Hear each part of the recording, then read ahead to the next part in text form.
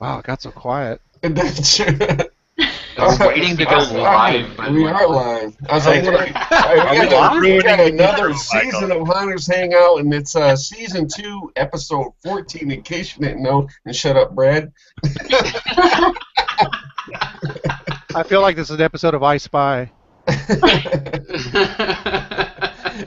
And for those that are watching, you can follow along on Facebook, and Brad will be answering your questions. And if you're on watching it on YouTube, then you just hit F5 to refresh. And if you're on a Mac, what do you do, Brad? Command R. Command R, and then that will refresh everything while everybody's chatting, and you get to watch everybody and ask your questions, and we'll take care of that. We got another exciting panel here, and we're going to let Jim take over and get it started. I did that on purpose. I know how he loves that. Yep, we do. We've got an awesome panel of guests here tonight. Again, it's episode 14. We've only got 2 more to go, and then we're off to MHC. So, yeah, absolutely. But before we get into everything, we do want to give a couple birthday shout-outs we've got coming up on Saturday. We've got Lynn Ante, along with Baron von Ghoul Scout. Gotta love a name like that. That's a name right there. I've had his cookies. They're really good. Yeah. And Sunday, we got followed up with Mr. Bulldozer Haunts is on Sunday. Follow on Monday. We've got golly, I'm gonna have to look at this closer. I'm getting too old. We got Darlene Gonzalez, along with Brandy Chenoweth. Yeah, and right. Jonathan Deering on Monday, and rounding out the week on Wednesday, we've got the one and only haunt rocker Jerry Vane. Woo! But followed by that, we do have some great guests here tonight. A couple of them have been with us before, and we brought them back because this year has been pretty exciting for everybody, and there's been a lot going on, and we're all interested because we got over 7,000 members. There you go.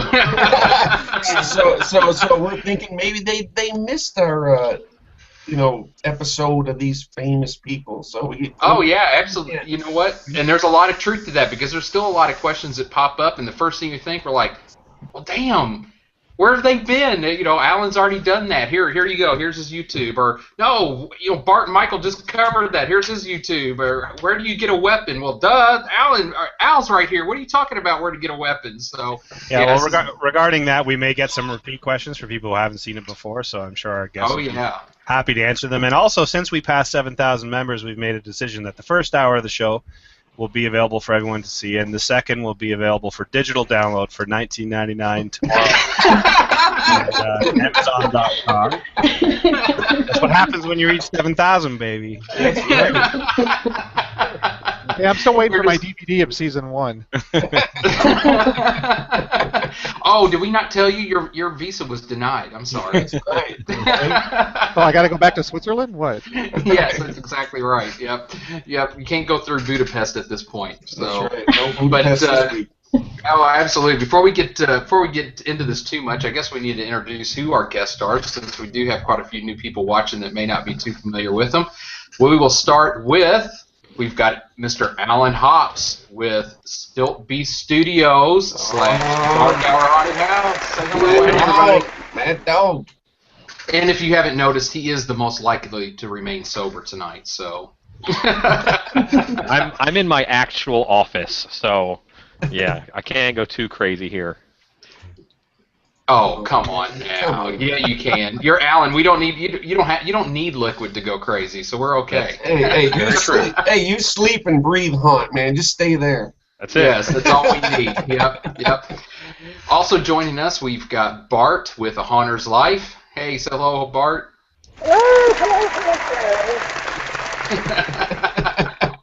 Also joining us tonight, we've got Michael, also with A Haunter's Life. Say hello, Michael.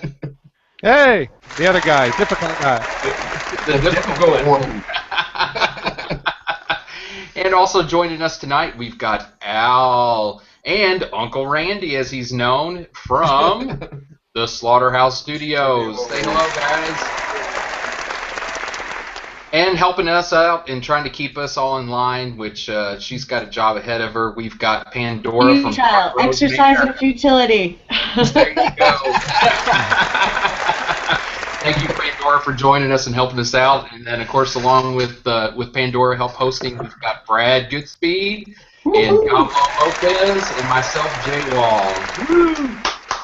We've got another exciting night. I'm sure we're going to be filled with a lot of information, and we'll just jump right into it. As you all may or may not be aware of, we've got Alan Hops with us, who does run his own Stilt Bee Studios, has been famously known across the YouTube channels, especially with all of us home haunters that need to take as much trash as we've got and make something cool with it.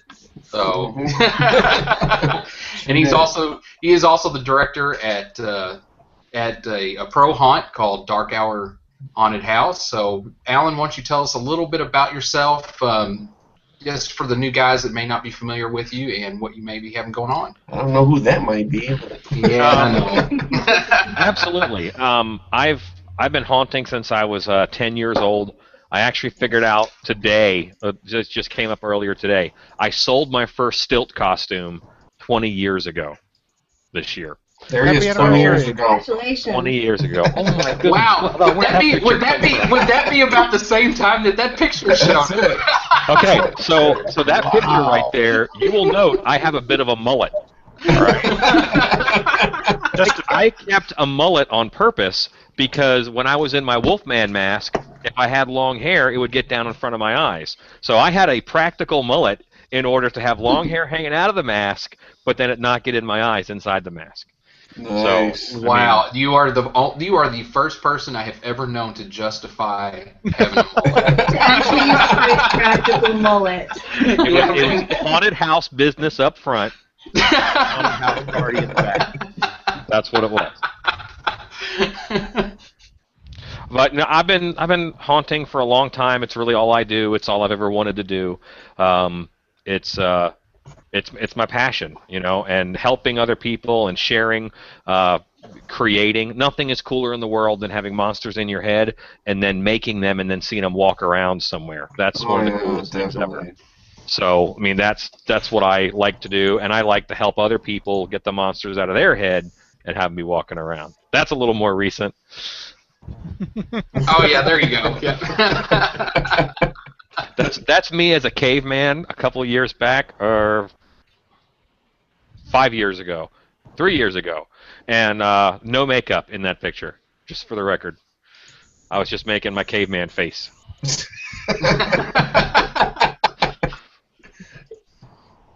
Now, Alan, why don't you tell everybody where you are from and where the haunted house is located, too?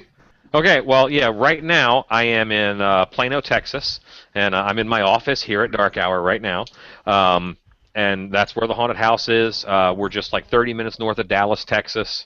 It's kind of northeast Texas, basically, because Texas is bigger than most states, so that helps. It's in that northeast corner. You know, some states you can drive across in an hour. Other states, like Texas, I can drive for 15 hours and still be in Texas. Everything's bigger in Texas. Brad from Canada, not impressed. Yeah, I was just going to say that. I go 15 hours to visit my brother. Yep, that's how it goes. And only see two people between here and there, too, I'm sure. Right. You know, I actually just went up to Canada a while ago and did a trade show there, and the people were nice, and it was that's going to be a haunt market that I think is going to explode in the next 10 years or so. Yeah, I agree. It's cool stuff, and it's just it's smoldering right now over there, but it hasn't really caught fire. So yeah. Jim's frozen. Jim, are you looking at the chat? No, I am not. I'm not. What are you looking at? What are you looking at? Well, no, I gotta know what you're looking at. Honestly, I was just enthralled with the picture that you just had up. I was like, you just told everybody not to do that. I know. I was just. And then the screen went right to you, and you're stuck there doing that. It's like I know. I was just sitting there looking at that picture. The picture was awesome. Yeah, that picture was awesome. No, of course, that picture I think was just of one of the recent weekends at the haunt there at dark hour. Yeah, and you'll see me over in the corner. I was actually acting as the first aid that weekend, and with the blue hand. Actually, a lot of the people in that picture are the cast of Zombie Manor, which is a local show here. A different haunted house.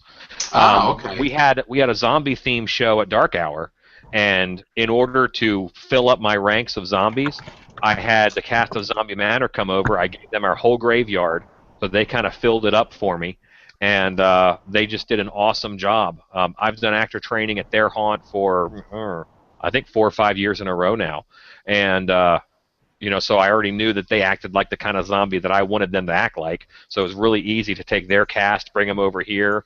They did a guest act spot for us, and it helped me have seem like 1,000 zombies in my show, which is awesome. It was cool.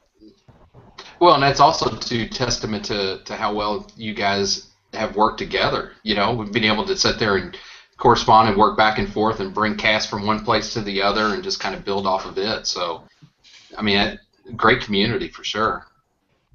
The Texas community is actually really awesome.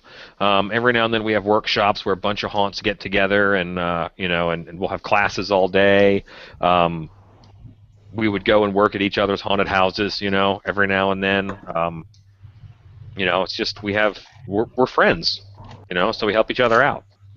Well, and then speaking of that, and speaking of the Texas community and how one haunt has come to the other and back and forth, we've got Bart and Michael from A Haunter's Life, and as you may or may not know from the past, they were also running and working in their past haunt that is no longer, and have taken it to a whole nother level and are building props for others, including Dark Hour. But we've got Bart and we've got Michael.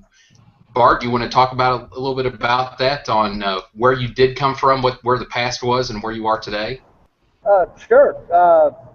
As I said, I've been haunting pretty much, I would say I've been scaring people pretty much my whole life, but I didn't really get into professional haunting until I was 19 when I visited Bart Manor. I was an actor for the first year, and then after that after that second year, I started managing, and from then on it was just it was a great experience with Lance Pope, and I think in 2002 he actually passed away. And by the way, this whole time me and Mike actually worked at the same haunt. He started back in, I think, 88? Yeah, 89. Yeah, 89. And of course, and I started in 92 when he left, and so we kind of missed each other. But back in 2002, Lance passed away. In 2004, Romania went ahead and we kind of bowed out, and then I started my own haunt, the Haunt House, in 2007, and it went until this last season, and we have sold it as a whole, and it's going somewhere, which is awesome. That it's going as a whole. That's the whole thing that is so cool. And and then of course Alan goes,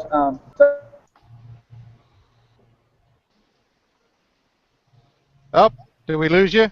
We lost him. Yeah, we must have, if everybody's noticing. Jim, do you have any other questions for Bart? Oh, I don't know. Hey, Brad. Bart? Really? Yeah, okay, yeah, Brad. Yeah, gotcha. Want to just yell it at me and I'll tell him? Bart's back. Yeah.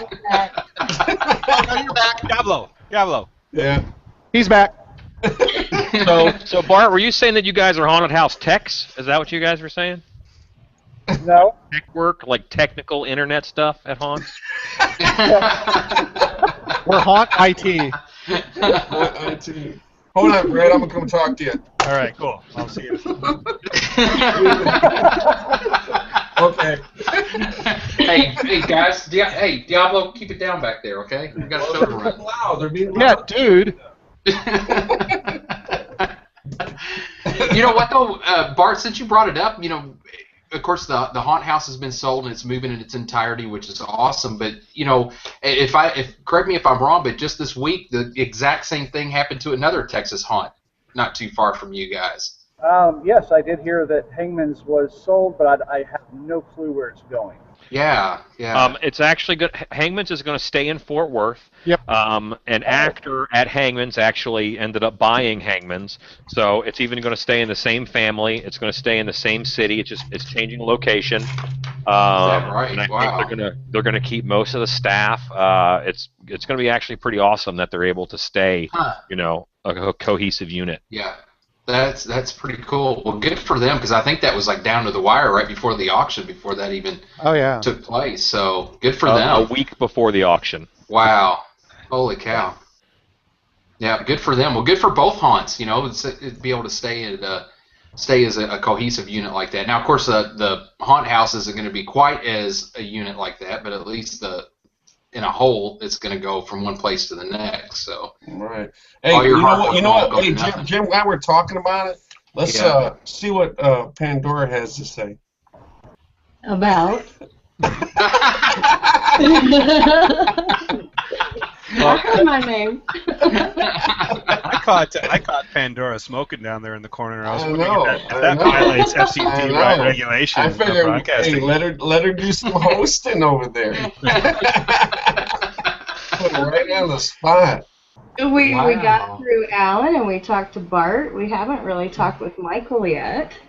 Not specific. Okay. So Michael, why don't you tell us about your background and how it is you came to meet Bart and hook up with the haunt house?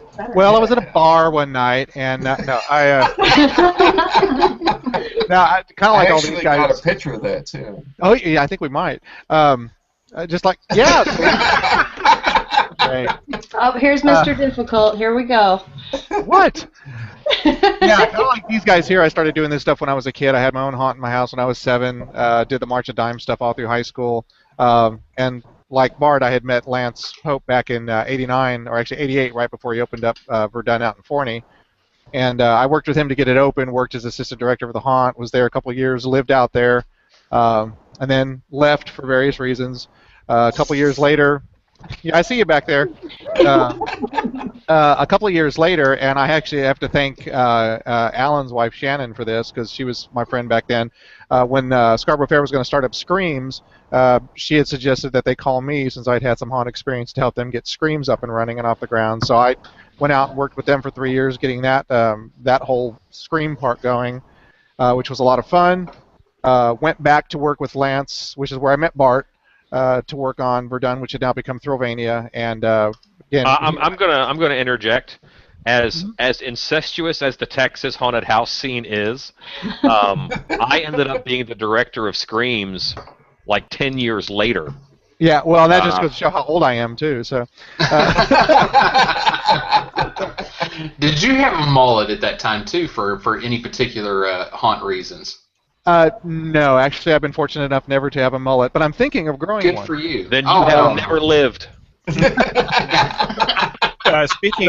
Speaking of hair, Derek Young wants to know if Bart shaves his goatee to confuse Michael. Is that why? Wait, is that Bart? He's asking if that's why Bart doesn't have a goatee anymore. Is that like just to confuse you? No, just because sometimes we get that Velcro effect, and so if I have my hair, he has his, it's just But anyway, so we both left Thrillvania about the same time, about 3 or 4 years after Lance passed away, and then I retired. I was done. No more haunting for me. I had a baby girl. I was done. Bart decides that he calls me up and says, "Hey, I'm building a haunt like 10 minutes from your house. You want to come help?" I'm like, no, I really don't. And I made the mistake of actually going out there and checking it out. And next thing I know, I'm working with him for 7 years on this haunt. But it was a great experience, and it's been a great experience because in those 7 years, thanks to him, thanks to Alan, a lot of other people that I've met. I mean, in these last 7 years, I think Bart and I have done more in the haunt business than either one of us had ever done previously. The fact that we've gone to go and teach and do a Haunter's Life and be on Haunter's Hangout with you guys. I mean, these last 7 years have been great. But now that the haunt's gone, we're wanting to build things for other people, sets and props and things. And right now, we're not really doing much for other people because Alan keeps us busy. We keep building these sets. You all suck. Yeah, well, you should see what he does. It's like we'll be on like the last night of building something, and he'll go, "Oh, that looks really great. So you want to see the next one?" We're like, "Oh, another one. And so yeah, so now we've got like projects for probably the next 2-3 months that we're working on. And stuff we're doing now is huge and really challenging us, and but we're really happy with the direction that they're going. So I'm kind of excited when we'll be at a point that we can actually show what we're doing, because it's looking really good, what we're actually building.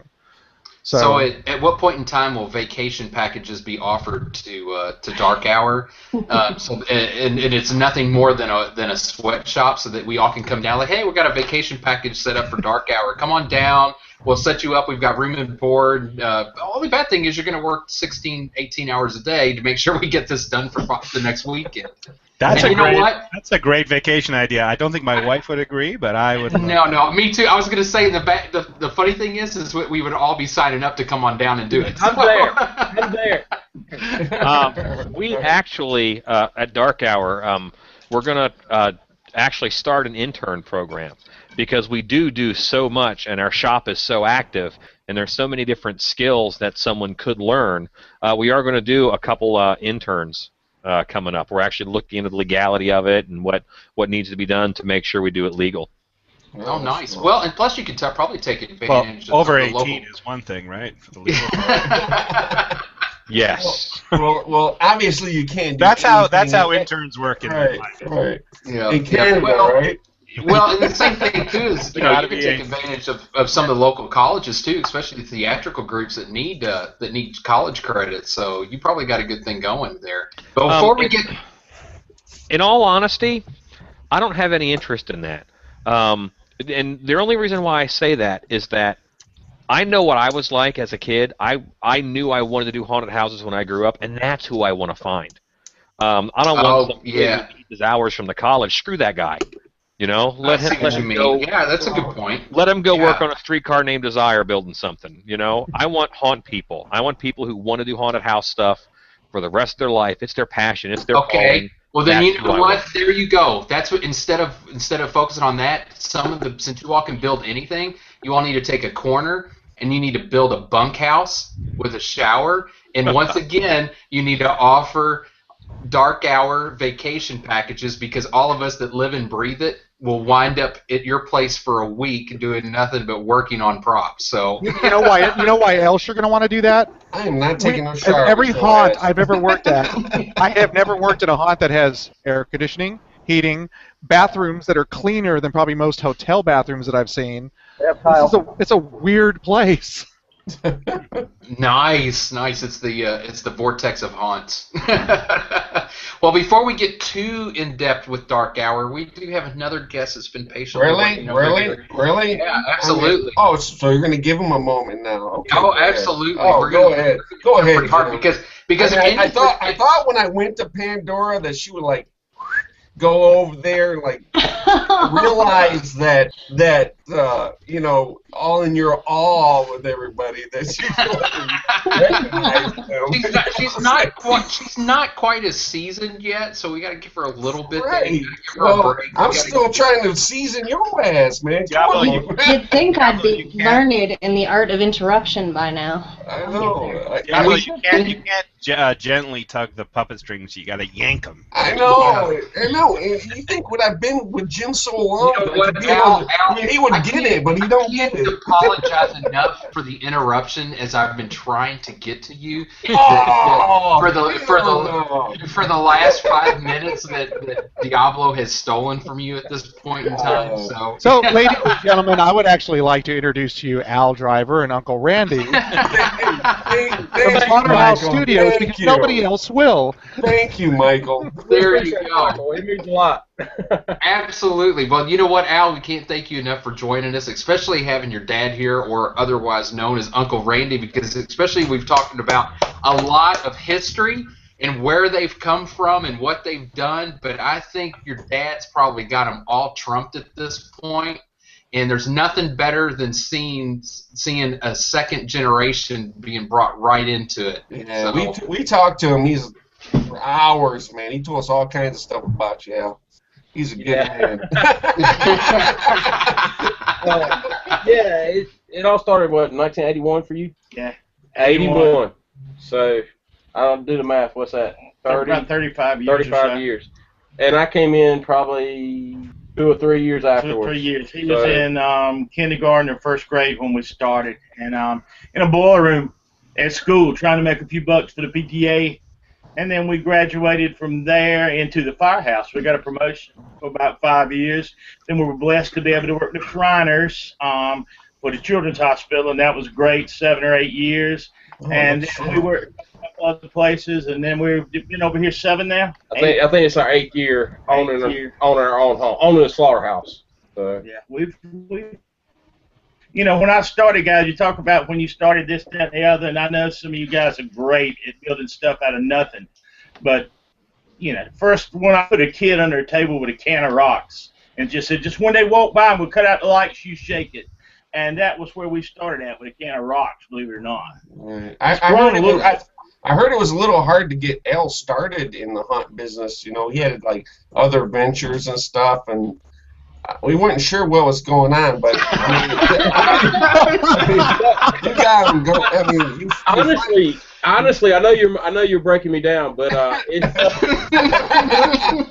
Oh, I forgot. Wait a minute, we forgot. Al can't see the pictures because they are in North. They're in the hills of North Carolina, so. I know which one you showed that. Al, if this helps you, that was a picture from your punk stripper days. Yeah. No, actually, as a kid, I was really I didn't watch scary movies and stuff like that. But I've always been really into art and drawing and that kind of thing. And just over time, I guess, and being around it, it just kind of sunk in. And well, My Little Pony can do that to you. So. But you guys had your own haunted house before you guys went to the prop making, and I mean, this is a picture of it. I mean, you can't see it, but it's amazing. I mean, if you just you don't need to see it. He built it. Yeah, that was actually about 7 or 8 years ago. It was all built out of that whole scene right there was built out of scrap wood and pallets and pink foam, saw blades. Pink.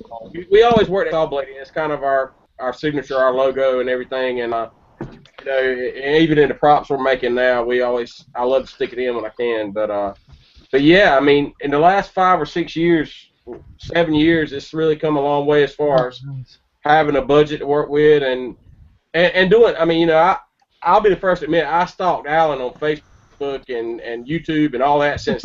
Don't we all? We did. I've seen all his videos, you know. So, and we were joking earlier about the dollar store, but it's true. I mean, I'm a firm believer in sometimes when you are limited on budget, you get more creative. You know, it's always going to be easier just to buy a prop, but if you are trying to build something out of these items in front of you, you'd be surprised how much you can actually do creatively with, you know, because you're forced to because you don't have any money. And that's how it started for us. And now we're trying to build unique props that the customer can use in different variations of the same prop for different applications. Yeah. Can I say something? Oh, absolutely. You guys at Slaughterhouse Studios, you guys had the most innovative and awesome weapons at Transworld. Agreed. I think that you were that means a lot. Impressive booth there because, I mean, lots of folks do weapons, but they always do something and weapons, or, you know, whatever, and some weapons, and some weapons. And you guys are really carving out a niche where that's your thing. You're doing stuff that nobody else is doing, and it's awesome and it's impressive. And I think the haunt world needs you and more vendors like you who carve out their own niche and keep it. Definitely. I mean, coming from you guys, especially coming from you, yeah. And you're exactly right. That's what we try to do. I mean, there you go, right there. Yeah, both of us together. Yeah. Yeah. But that was actually, on a side note, that's the first time I ever met Alan in costume, and I really wanted my picture taken with him, but I was kind of embarrassed because I knew he was in character, you know, and so it's like I kind of walk up to him real close and like, Mr. Hops. I know you're not going to break character, but I really would like to get my picture made with you. Looking back on it, I'm almost embarrassed I did it that way, but at the time, I was scared to do it any other way. So he was the most polite serial killer I've ever seen. Wow, did anybody else just have a flashback while he was talking about that, and he at any point in time waiting for him to say I like mustard on my biscuits? That was just like, holy cow! Matter of fact, you know what though? There, Al, you need to make a prop lawnmower blade. There you go. That would be perfect. Blade. Yep. Yeah. But about what Alan said about the props is that's That's awesome. I have to tell on myself there. The picture that he's got up, that happens to be my 8-year-old daughter. And I did buy a hatchet from Al at Trans World, and I was thrilled to death with it, and I brought it back for my son. Well, you see how far that went. I was in the bathroom, and I hear my daughter out there just scratching at the door. Well, I didn't know who it was. I just heard scratching at the door, and I'm like, "What the heck?" So I open up the door, and that was what I saw. She's standing there. She had taken my wife's lipstick and shoved that on her face, and she's holding that hatchet, and she's just like, "Argh!" And I was like, "Oh my god!" That is so precious. Hunter in training, love it. Yeah. Question from Mistress Malicious. Where is Slaughterhouse based? Love the accent. Sounds like my kin. Raleigh, North Carolina, or east of Raleigh. So we're that close to Lizard Lick, North Carolina. Yeah, if you've seen the cable show, we're like 8 miles from that show. I'm not trying to plug anybody else, but like half the haunted house staff's been on there getting their car repossessed. So you know what I mean.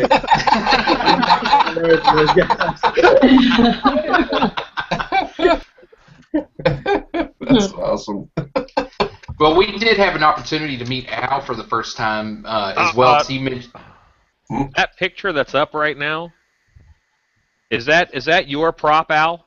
Yeah, this picture is up right now. This probably is my favorite pick so far. This whole prop building deal that has happened, because this is a customer of ours.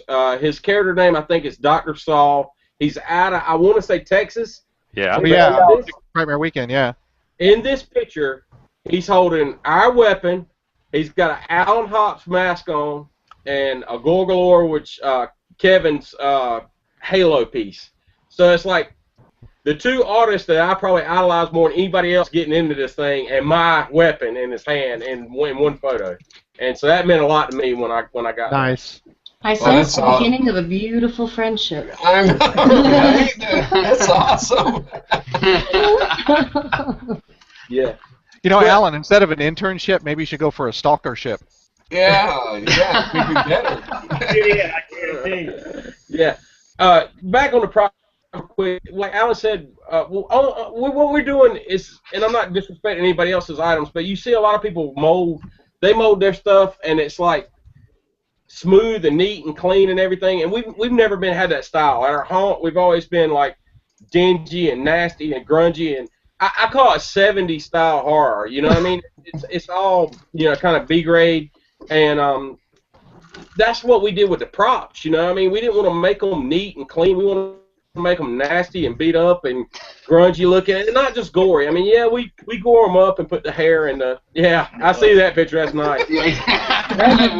That's gonna help my business a lot, Diablo. I appreciate that. But you're about the grunge and gore, and that about summed it up a minute ago. So. But yeah, I mean, we didn't want to just do bloody and stuff. We wanted to do the. Did we lose him? And yeah, that's probably my favorite tool I've ever made yet, right now. And that's actually the same tool the guy was holding in the previous picture. It's different lighting there, of course, but Al, as long as you're talking about the props and the tools, do you want to talk a little bit about your process and how you go about creating them and that kind of thing? Pretty much the thought process. First off, I want to say it's not all about me. I got a couple people working with me.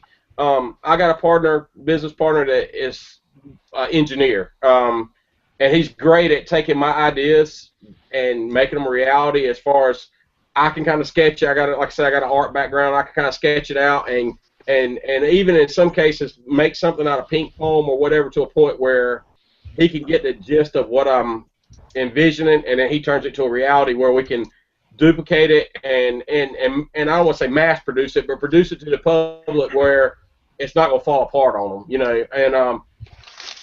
But basically my thought process is I look at anything, you know, whether I'm at a construction site or a tool shop or, you know, in a drive-through. I've actually seen like gas meters and piping and stuff like that, and I go, I bet that would hurt like hell to get hit in the face with. I need to put that on a stick, you know?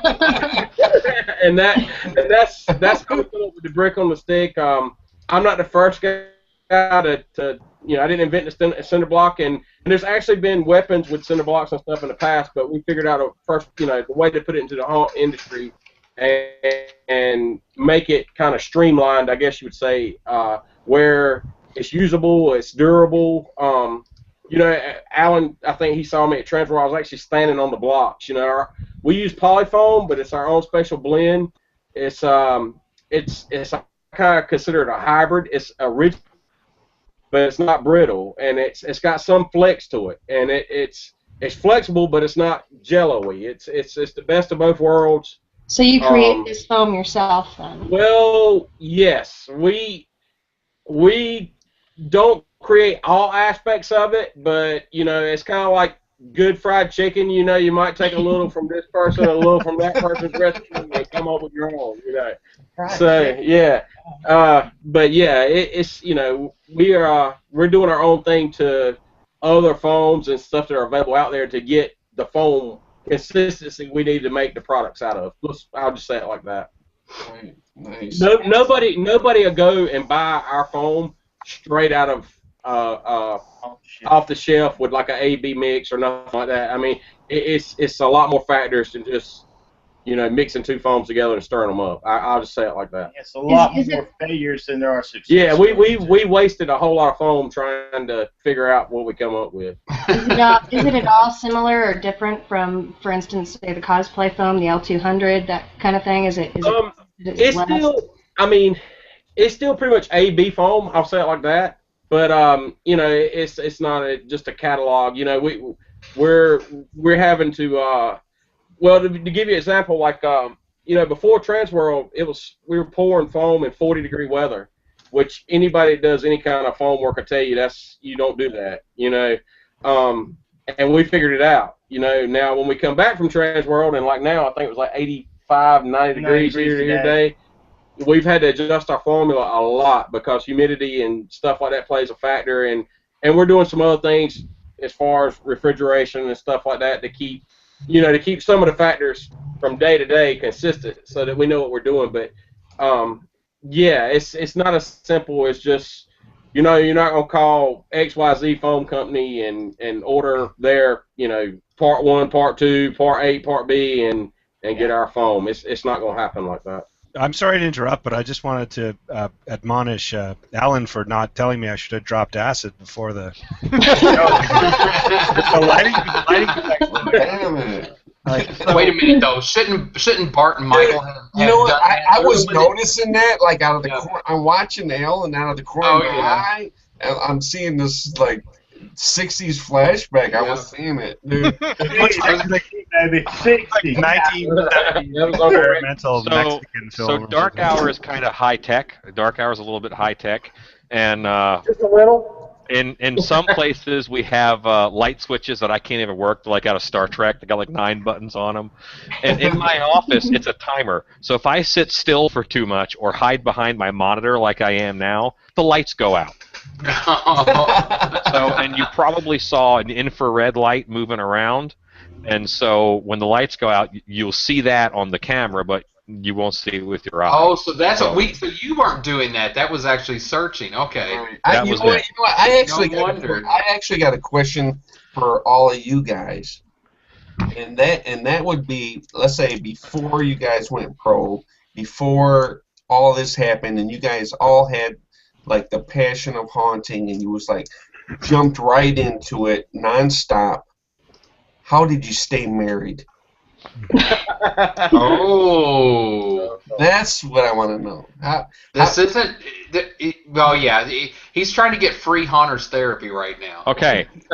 I cannot help you. We're going to start at Alan. We're going to go down the line. I met my wife at a haunt. I met her at Screams. Well, you don't count then, so we'll skip you. And I started at my first pro haunt when I was 10. I've never done a home haunt. I haven't missed a year yet of pro haunting, so I was already a complete pro haunter package before I got married. Right. Pro haunter package. Diablo, I could I could give you my answer, but it's not going to help anyone else because it's genetic, you know. No. Hey, Brad, Brad, I already got that, and that's why I'm still married, brother. So, well, I already have that part. That's not the part I'm trying. That's not the part I'm trying to fix here, brother. And moving to Texas, Diablo is not going to help because not everything is bigger in Texas. Just I beg to differ. No, I'm okay there. It's the other part. See, you're asking all the wrong people because we know, well, not everybody knows, but, we know that where Alan met Sharon, and of course, Okay, let's go to Bart. Let's go to Bart because he's got a regular job. Yeah, but after he gets off his job, and then he goes to. Yeah, but look at his wife. His wife is in the haunt business now too. Open casket design. Hey, let the man talk. Let the man talk. Guess where Shell is? Where she was today? Brain Chow. Yeah. Brain Chow. Yeah. She was at Brain Chow finishing costumes. Bart, where did you meet Shell? Trovania. Yeah. Shit. So there's your answer. Hey, well, fuck you too. We're moving on. Hey, you know what? Hey, actually, I can tell you part of the other secret, and this is like the big joke on me, is that my wife came to work for Dark Hour last year, like quit her job to come work for Dark Hour. So my wife got to be a full-time haunter before me. I'm still working on it. Wow. Oh my God. Do I sense a touch of resentment happening there, Mike? No. Shoot. I'm very proud of her. All right, Al. I got that. Hey, Al, do you have something for me or no? What, you talking about the MHC thing? Are you shitting me? No, he's man. My wife drives a hayride, so I can't help you, man. She drives a hayride. She drives a hayride at the haunt, so she's just like everybody else. Led him into haunt. Yeah, she's as hardcore as everybody else, man. So. All right, forget it. Next question. I have a more philosophical question for everybody. Next question. I have a more philosophical question for everybody. If you were a tree. From Brian Strong. Master Strong! Woohoo! We have the best panel here to answer this question. How do you define a successful haunt? Do you want me to go first? Yes. Sure, Alan. Okay. I'm sorry. I always think of stuff. No, you are the first person on the panel. Okay, so in my mind, a haunted house should be a reflection of its owner. Exactly. So a successful haunted house is one that properly conveys the vision of the owner of the haunted house. If you have a guy who opens up a haunted house in 5 different cities, and they're all the same cookie-cutter haunt that he bought from this vendor, he bought something from this vendor, he bought something from this vendor, then you're not learning anything about that owner. So there's no personal experience there.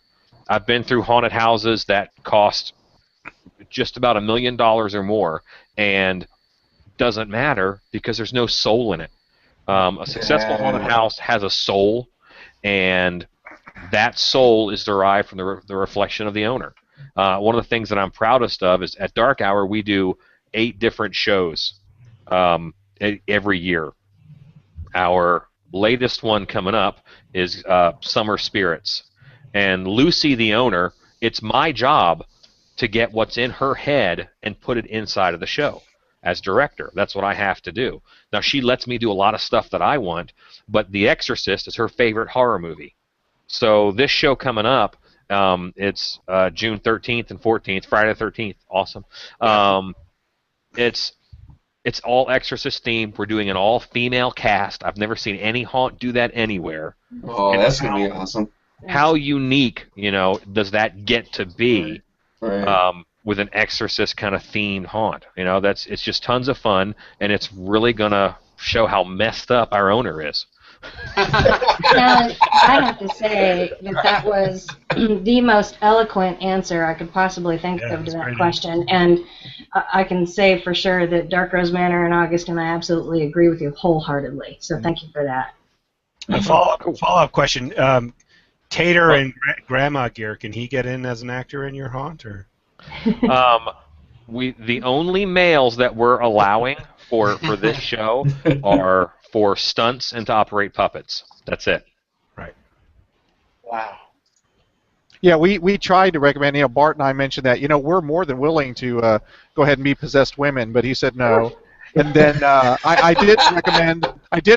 To him that he go ahead and dress up as Carl and just put a wig on and a little bit of makeup, and he could be Carla Cleaver.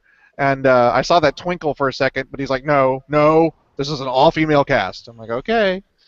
So well, it's probably from past picks and stuff that you guys had, and they just like wow. What the hell? Now wait a minute. That was from the February theme show, wasn't it? No, it was not. Although that is pretty scary. That could be next February. Yeah. So isn't other people going to answer that same question? Yep. Go ahead, Bart. It's Bart's turn. He just sat there and took the whole soul thing from me. So. Oh, you stole his shine. You stole the star from him. Just say it again. Just less eloquent. That's the cool thing about me, Mike, and Alan is that we work well together because we think a lot alike. So. Great minds. Well, and that's the thing that I gotta, I'm just gonna take from what Alan said about the haunt having a soul is that, like him, I've been through a lot of haunts that throw a lot of money into their haunt. It's basically let's just throw all this money, and okay, it might be really pretty and look neat, but it's really just ultimately to me not a very good haunt. Of course, I'm just really picky with the stuff that I want. That's one of the things that I've really enjoyed about kind of affiliating ourselves with Dark Hour is, this is a haunt that does have access to some money, but they don't just throw money at it. The people that are involved and the owner, Lucy, really has a passion for this, and she doesn't want it to just be a pretty haunt. Oh, let's put the most expensive. She wants it to be fun and scary and entertaining and everything that you want out of a haunt. And so that carries over from it being a reflection of the owner is the fact that the owner wants this to be a great experience for everybody that comes through, not just hey, let's get this open and get butts in the door and make money. That impresses me. It makes me really enjoy being a part of this haunt. Because that was what I've always enjoyed about working with Bart is the fact that with the haunt house we, it'd be great if we make a lot of money, but our ultimate goal is to make it a great show, and that's what their goal is here. Did Lance also have a similar viewpoint as well? Say again? Did Lance have a similar view and perspective on it as well? Yes. Now, I mean, in later years when he started to get ill and, other people kind of started taking control, it started to lose it a little bit, but not really completely. Once he passed away, a lot of the heart and soul of, what was Verdun and Throwmania kind of, I mean, I hate to say that it went away. I mean, there's a lot of guys that are still, were good friends of Lance and good friends of ours that, try. But there were a lot of challenges with, some of the people that kind of had control here and there, and so it became very haphazard. There was not like a single vision, and but when Lance was there, yeah, I mean, it was at the time that I was with him, it was the coolest haunt I had ever been in and ever worked for, and it was because of him. Well, I think as the owner died, the flavor changed. Basically, that's not the flavor that you wanted to have in your mouth, So you remember it as one thing, and then, it's not your grandmother's biscuits and gravy, and that's someone else's biscuits and gravy. Yeah. And maybe they like it that way. It's hard to be a reflection of an owner's vision when that owner has passed on. Yeah. You know, all you can do is you know, have things evolve, and they're gonna change off of what you think it might should have been. You know, and then I think Bart did just the right thing. He started his own show, and he had his own vision, and he did a great job with the Haunt House of making that be, you know, a trip through Bart's messed up head. Well, you know what though? That's an interesting thought too, because even though the Haunt House has been sold and it's moving over as its entirety as far as what the construction is, I would imagine that the show in itself is going to wind up being something completely different. Even though the walls look the same and the ceiling's the same, what have you, the feeling is going to have to be different because it's going to have to take on the owners. You know, they're going to have to make it their own. And right. Different mind. They can't. There's no way to duplicate it. For Michael and Bart from Colin Loughlin, do you think you might do your own haunt again someday, or do you prefer building for other haunts now? I prefer building. That's what I was gonna say. Dude. I was like, I thought about it like 100 times. I was like, man, I don't want that. I'd love to build. Just build. Yep. My favorite time of doing a haunt is the off.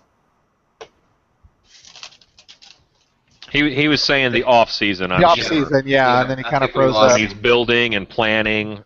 He loves. Yeah, that. I know that he said I mean, all the years I worked with him, he hated everything about running the business, and you know, I can't speak for it because I didn't own it. He was the owner. I worked with him, and you know, I saw what he went through to try to run the business and what a headache it was. And I have never wanted to run my own haunt ever. I would rather work with somebody else. Yeah. Infuse whatever, you know, kind of help them create their vision, infuse whatever I could of my creativity into it, you know, to maybe make it different or maybe help them to see something that might be better. And that's where I like to be. I like to work with others to create their vision. I don't want to own a haunt. That brings up a good question, kind of for everybody, Al and Uncle Randy as well. Is you know, if you're running a pro haunt or you go from home hunter or charity haunt to pro, how do you keep it fun? How does the obligation not suck the life out of it for you? You know, exactly what Mike and Bart were just saying. It's kind of true for us. This year is still kind of the dates we're going to be open is really up in the air, but I'll go on record and saying we will not be open anywhere near the amount of days we've been open in the past. Possibly even just a one weekend thing. And a lot of that probably wouldn't even happen at all if it hadn't been since. Michael didn't like that answer. He's like, oh, that sucks. Oh, screw that. Be open all the time. Is he? Can you guys hear him? Yes. No, Al cut out a little bit. Al cut out. Yeah. I actually spoke with Al about this at the show. Hopefully his mic will come back on soon. But one of the things that he was saying to me was he really enjoys being a vendor and serving the haunt industry as a whole. Yeah. And I can completely understand that. I see him nodding his head. Are you guys having trouble? I got a question. They're back. Yeah. Oh, they're back. Having trouble with your tax situation, your ticket situation, and that type thing? Because North Carolina, we've got about 4 new taxes that could have this year that have come out of the blue that we don't know if we run how we're going to handle them. We've got an accountant looking at it, but you know we have a theater tax, entertainment tax. It's every ticket. Wow! Wow. Yeah, it's really sticking it to you now. Well, it's one of those things where the bigger it gets, the more people think money's being, all this great big money's making out of it, and everybody wants to reach in and get their part. I mean, everybody wants to get theirs. And kind of like what Michael was saying, I can relate to exactly what he was saying about Bart. I mean, last year by Halloween, I was praying for rain. You know what I mean? I was just like, let's just get it rained out. And because let me say, last year was the biggest year we've ever had as far as numbers-wise on the books and numbers-wise as far as people coming through and the whole 9 yards. So it wasn't that headache. It was everything else. You know what I mean? So I think I can kind of relate to what he's saying as the haunt owner. I got a question for you guys because I don't get to ask a lot of questions, but do you guys ever think you'll be able to go to anybody else's haunted house or anybody else's, even looking at how they design sets or whatever, and not think of how you would have done it differently? Oh, absolutely. Anytime I go to any haunt, I appreciate what I see, and especially if something is really impressive. But more often than not, I'll go, yeah, that's really awesome. I might have done it this way. And I'm not going to tell them that unless they ask me. It's just because I'm always trying to think even further than whatever ideas are kind of brought to me. So I always see that. I mean, I see that in movies. I'll go, I would have shot that differently. But yeah, I do that in haunts all the time. Yeah. Except for things that Alan does. Anything Alan does, I think.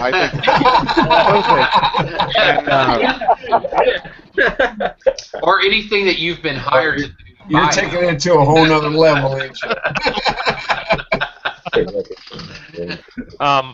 There's, sometimes I'll leave a haunted house, and if it's really bad, and some of them are, my first instinct is, is I want to make props and give them props. I want to here, take this skeleton that I made, take this Grim Reaper statue that I made, here, look, I made you a werewolf, here, I That's one of my taped a favorite snake props. knife to a hamster. Take this scary thing. And you think about that, that's terrifying right there. You see that coming at you in the middle of the night, I'm telling you. Not just one, like 30 of them. Big rat. It's a little hamster with a knife on it.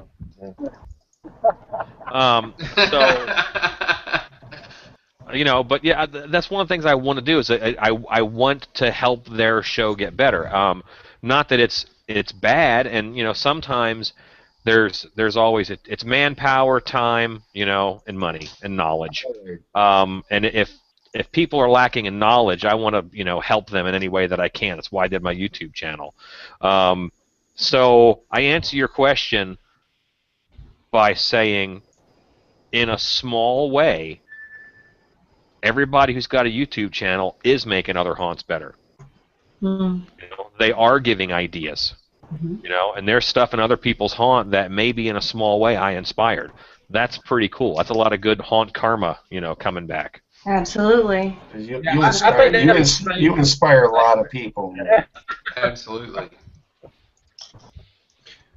Well, and the same thing with Bart and Michael too. That just recently with a lot of their, one good thing, because they don't have the haunt house that they're dealing with or anything else, and they're building for other people. They've given the opportunity to start finally making a bunch of videos and a bunch of how-tos. So we can't thank you enough for that. Yes, and it's now stopped because of the man on the. No, it's all his fault. I got it right there. No video this week because. That's actually the weirdest thing about doing this for us is that we're so used to whenever we build something out at the haunt, we're used to doing videos or sharing pictures and doing all this. And since we've been doing stuff with Alan over here at Dark Hour, it's like we can't post any pictures, until like after a certain time or once that's, and it's weird for us because we're so used to sharing all that. But we understand the reasons why, but we're just not used to oh well, we're building something, but we can't tell you what. And Alan was back at the disco for a minute there. He had to. I will give Alan this though. He has entrusted us in giving these huge 2 projects to do for Dark Hour, and it is just the coolest thing. We've actually started on one, and oh wow. Now, Bart, I believe that Alan actually gave you permission earlier to talk about. Oh, yeah, he did. Inspiring minds want to know. Yeah, he did. He said we could say what it was.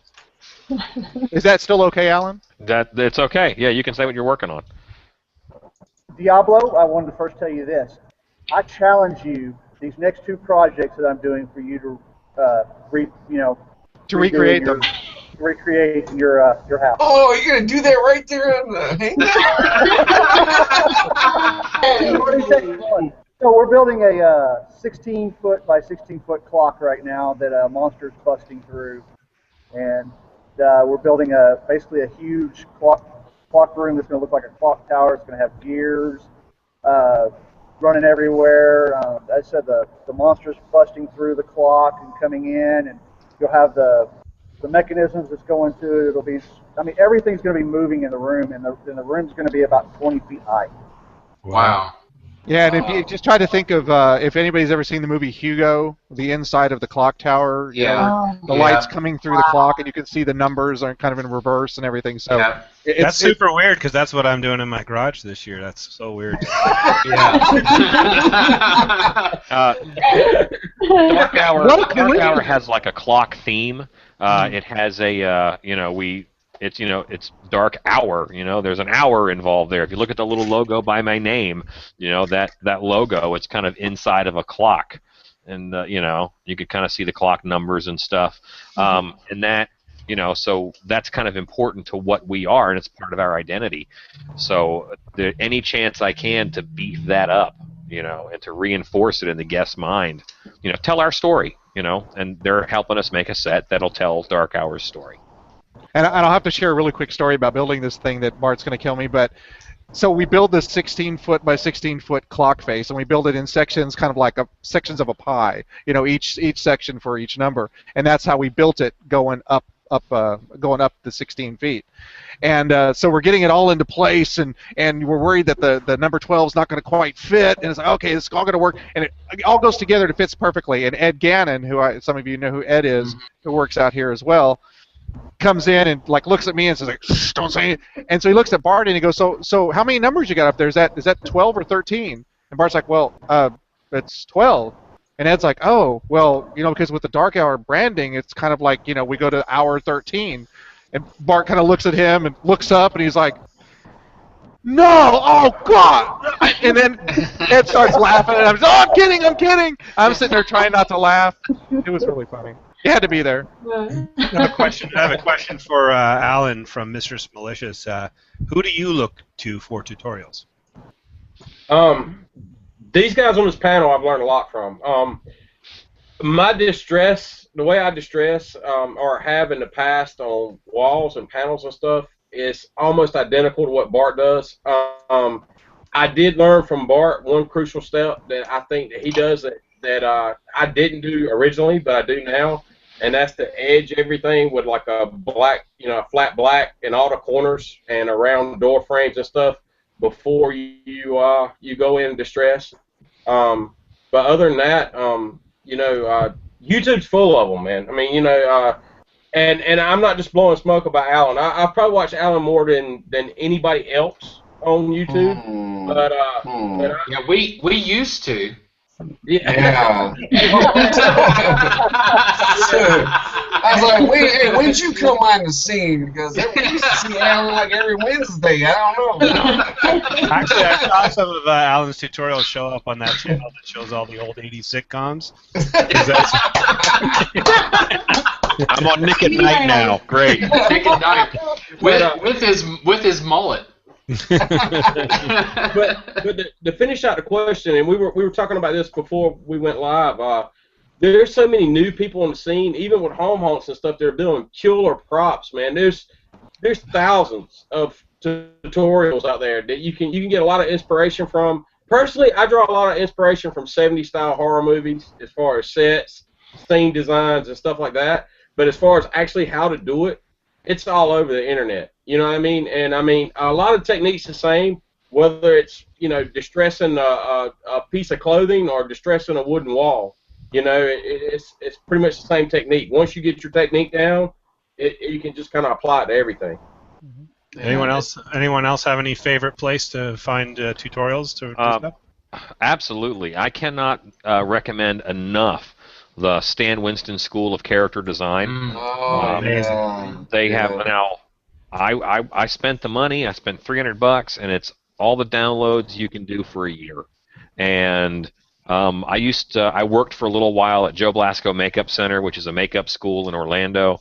I was the professional model there. Every time they had a monster suit, I was the guy who wore the monster suit. They did the body cast on me, the head cast, everything. And the amount of knowledge that you can get from those videos is insane. I mean, they're 4 hours long. The videos are 4 hours long. They name where they get their products from. They tell you the tips and tricks, all kinds of stuff. And if you're already a smart person and you can kind of put stuff together, then you can watch one video. I watched a video on foam work, and he was making this giant T-Rex head, and it's like 3 parts. And each part is 4 hours long, so you get a ton of information. But I've used information from that video on a bunch of other projects that had nothing to do with foam, but the technique, it worked. You know, it was a parallel. So I was able to use stuff I learned there in other ways. Oh yeah, they are, man. I get their email. It's just amazing the stuff they do. Oh yeah. And hey, is that where you got the little cup arm from that you made with the solos?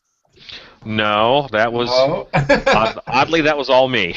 Oh, because I was looking at that and they were making all the stuff for that. I'm like, man, I wonder if Alan got that from them. But no. No, I actually, my tentacle video came out before any of theirs. Luckily, the principle's the same. You know, basically you need a bunch of pivot points in a line and a push-pull cable. So, I mean, that's classic. And where I got my concept from was on the Hellboy movie.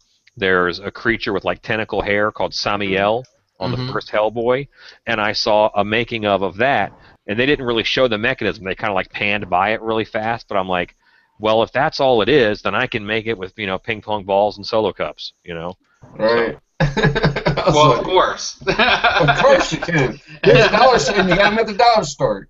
This kind of ties in, and I don't know if it'll work for anybody else, but like Alan says, I'm all about for me, and maybe it'll work for somebody else. But I watch a lot of director's cuts and stuff like that, like what Alan's talking about. But I watch them in mute because you'd be surprised if you just watch the footage without the sound and without the distraction of somebody saying, hey, look at this over here, what you pick up in the background. And you can learn actually a lot just by seeing what's going on in the background, you know, on some of the raw footage, you know, off camera, stuff sitting on tables, stuff like that. You know, you kind of got to put 2 and 2 together, but it actually give you the idea or a starting point to kind of start down that road to figure out what's going on, you know. You know, that's a good point because I really haven't listened to anything Bart had to say this evening.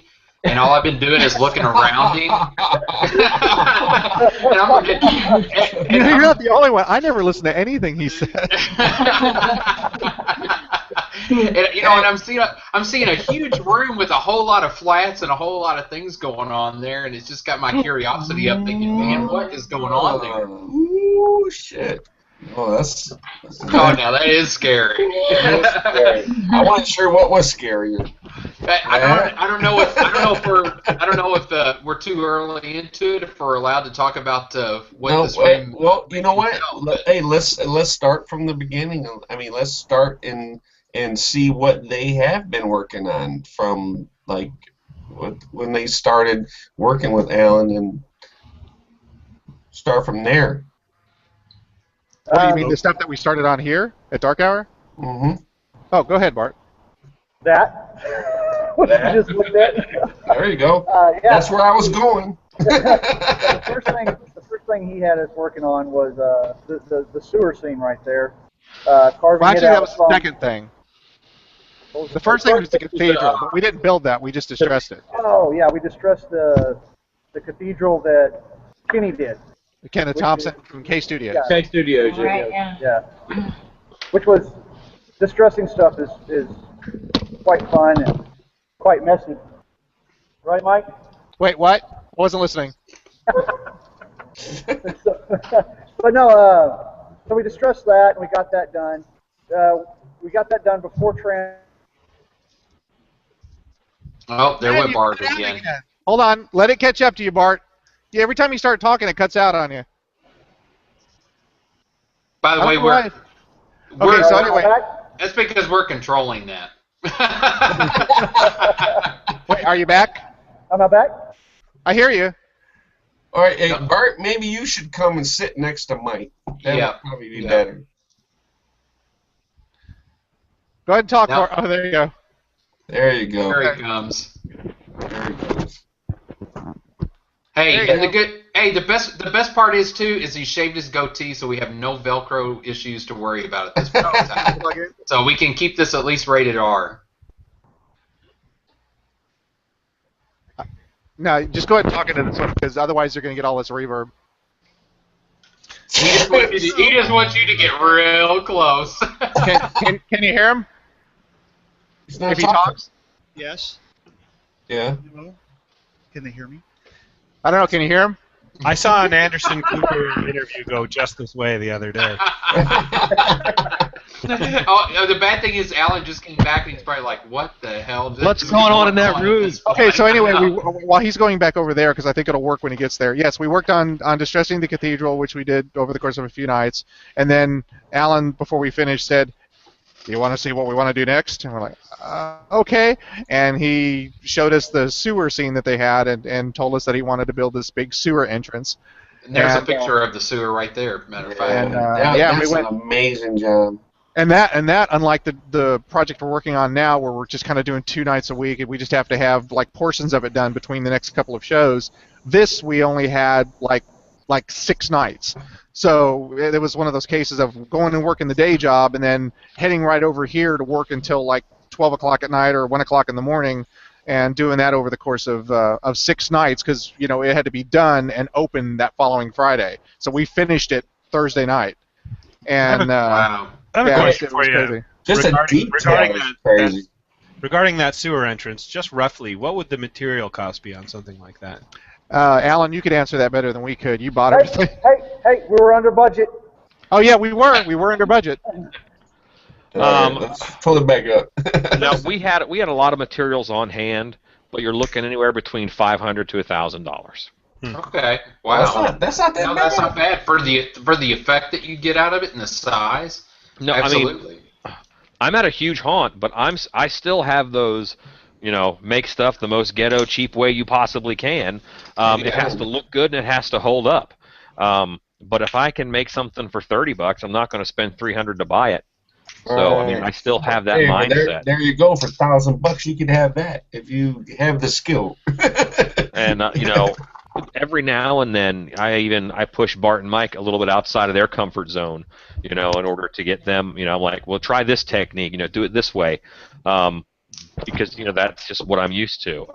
On the sewer facade, it was their first time using spray foam from the big hopper insulation kits. It was their first time using that. And actually, I think I did some of the spraying on it. But yeah, I mean, it's I do stuff as frugally as I can. I want to get the best possible effect. Sometimes that means you have to spend money, and when you have to spend money, you do. It's not always about doing it the cheapest way. It's about getting the best effect. Right. Tell your story. So is this K Studio here? Or? Yeah, K Studio actually built that, and then Bart and I came in and we did all the painting and distressing and basically making it look, finishing it and getting it that look so that it looked like stone and mold and everything else. That little chapel there, it actually has a really cool haunt pedigree because it's one that I sketched up. I kind of completely sketched up every single wall on graph paper. And then Wes, who worked with us here at Dark Hour, but he's done a lot of other haunt stuff. He's a great actor. His name's Wes. He's a friend of mine. He used to work at Screams. He was, builder, carpenter there. I mean, he does a lot of really cool building. So he actually physically did all the wood framing and building. And then we had Ken come in from K Studios, who was also amazingly talented. So I handed the drawing to Wes. Wes handed the finished framed out thing with all the wooden skin on it to Ken. And then Ken did foam work. Ken was here for a whirlwind 4 days. He did all the foam work on it. And then, Bart and Michael came in. We had some guys here, I think, hard-coated it with stone. So our guys at Dark Hour got to do that. And then, Bart and Michael came in, and they did a great job of the aging and distressing and painting.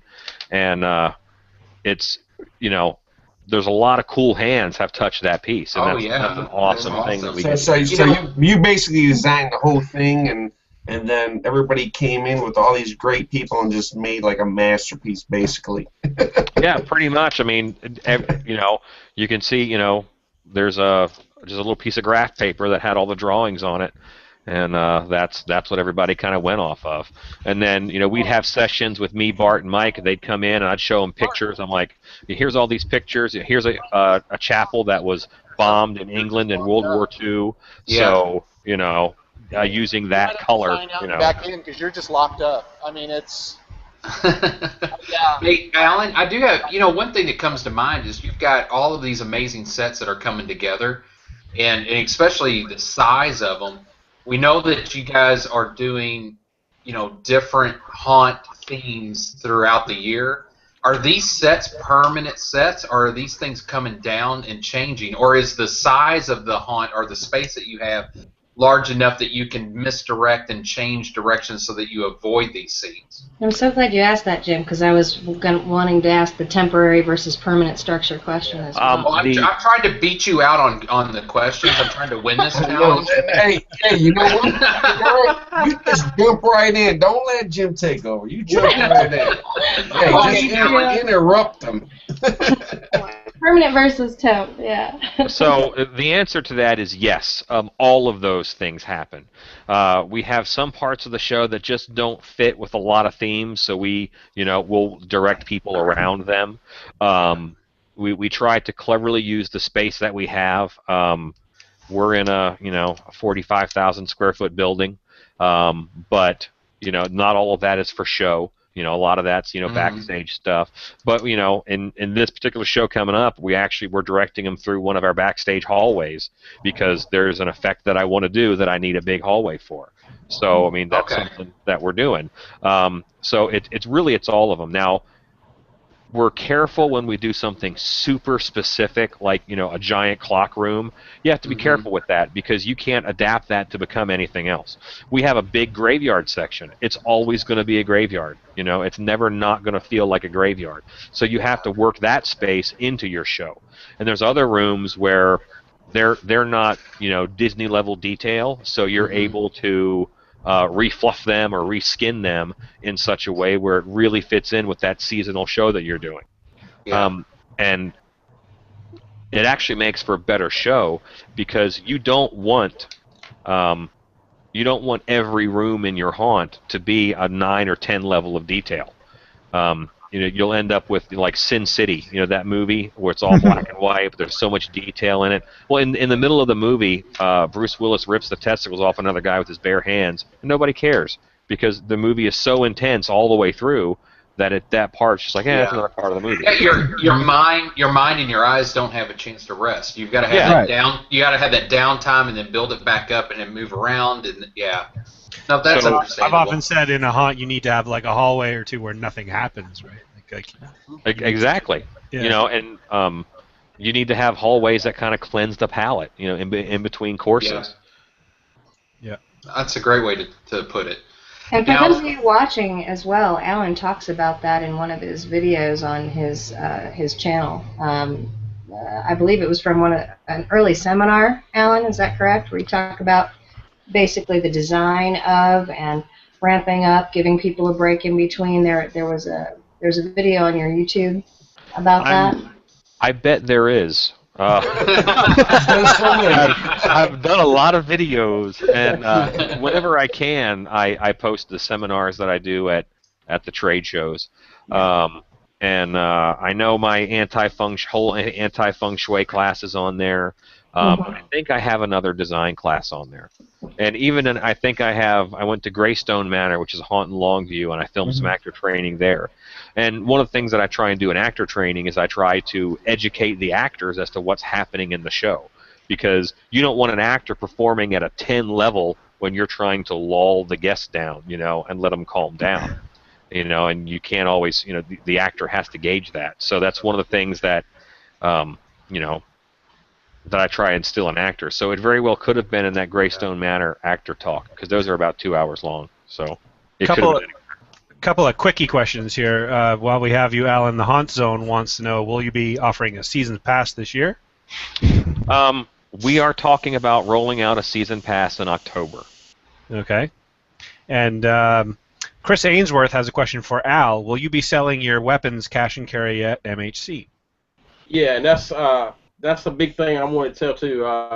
We're going to carry a lot more. We understand MHC is a lot more actor-driven show, and so Transworld, we were really kind of in a rush to get our products, get our phone nailed down, get our products built, and get display items for people to see to place orders. MHC, we're going to have a lot of stuff. We'll still be able to take orders, but we're going to have a lot of stuff on hand to sell straight out. You know, I mean, walk up, cash and carry. You see the one you want, you get that one, and walk off with it.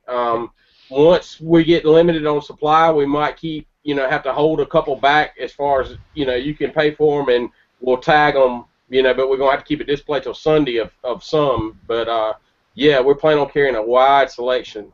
And we actually got some new products that I want to show you tonight that I posted on our Facebook page that we're going to be posting, debuting here on the show tonight. Yeah. Well, Al, it's a good point, too, because, you don't want to go home with anything. No. You know what I mean? Yeah. At Transworld, it's a good problem to have, don't get me wrong, but it was tough to come home and know that, okay, now we got to pull this off. You know what I mean? I mean, Alan, I know his thought process on a lot of this is he don't want to owe anybody anything. I've heard him say that before. He wants you to get your one, buy it, and that's done. And I appreciate that a lot more now after being on the flip side of that coin, that, it's a lot easier to deal with it that way. And that's kind of more what we're going to do at MHC. Yeah. We still will take orders if something's not there or somebody wants. Oh, come on. A competitor hacked into his system. Yeah. You back now? Al? Yeah, can you guys hear me? There we go. Yes. There you go. We're carrying like some bricks on sticks and stuff, like smiley faces and like some custom items like that. So if you don't get one, we'll still you'll be able to order one if you wanted that one. And you have a contest, right? Yep. You got a huge not really a contest, but a giveaway, I guess. Yeah. Oh no! Yep, he's created an incentive so that he goes home with nothing at this point. So once he comes back, we'll have him just talk about that a little bit further. But we definitely got to check him out, because one of the things I want to talk about, because last year was our first time at MHC, so that was our first opportunity to meet Alan as a seller, as a booth. So, and we all looked up to Alan, so we had our first opportunity to meet him, and that's also the first opportunity we got to meet Al also. But the only time we got to meet Al was at the costume ball with his brick on his stick. So we were like, oh my God, check that thing out. So, we talked to him and got to meet him, and just because of that meeting, that relationship, it's built over the year to where it is now, and then having the opportunity to go to Transworld. And all of these guys that are on the panel were sitting there, pushing products and vending, and it was just like a whole different perspective on what the haunt and what the business brings. So, I don't know, it's just kind of gone full circle. It's pretty interesting here. Met Al just as a costume, just hanging out and having a good time. Now, next thing you know, he's a vendor and pushing product, and it's got an awesome product. Alan, we've watched him on YouTube, and we meet him as a vendor, and then we meet Carl Cleaver, and bam! Now next thing you know, he's back as a vendor. We've watched Bart and Michael sit there and create all these videos, and then bam! They're sitting there, with Brainchild helping push product there. So yeah, this has been pretty surreal. It's been pretty awesome to see all the transition and everything, how it all ties together. I got a question.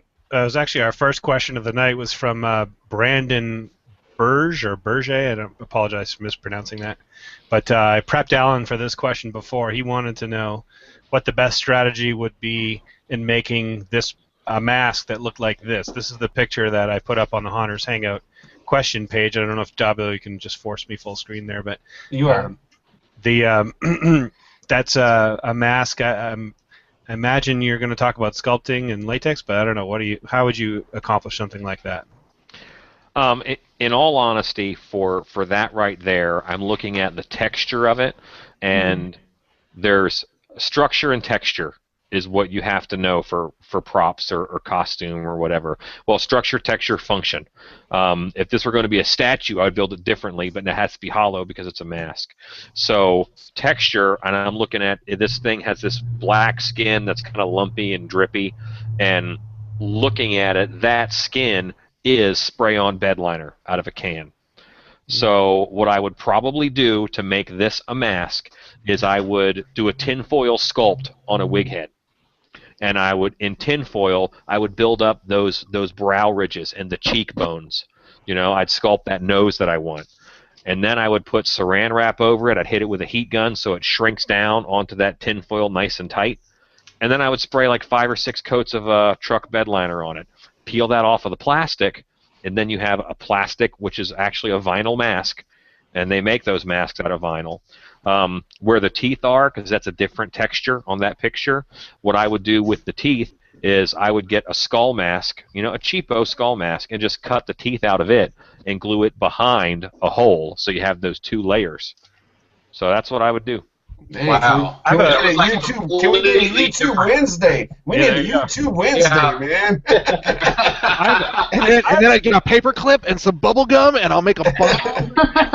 Well, I do want to say, though, if you use anything like silicone caulk or spray-on bed liner out of an aerosol can, there's propellants in them that you don't want leaching into your skin.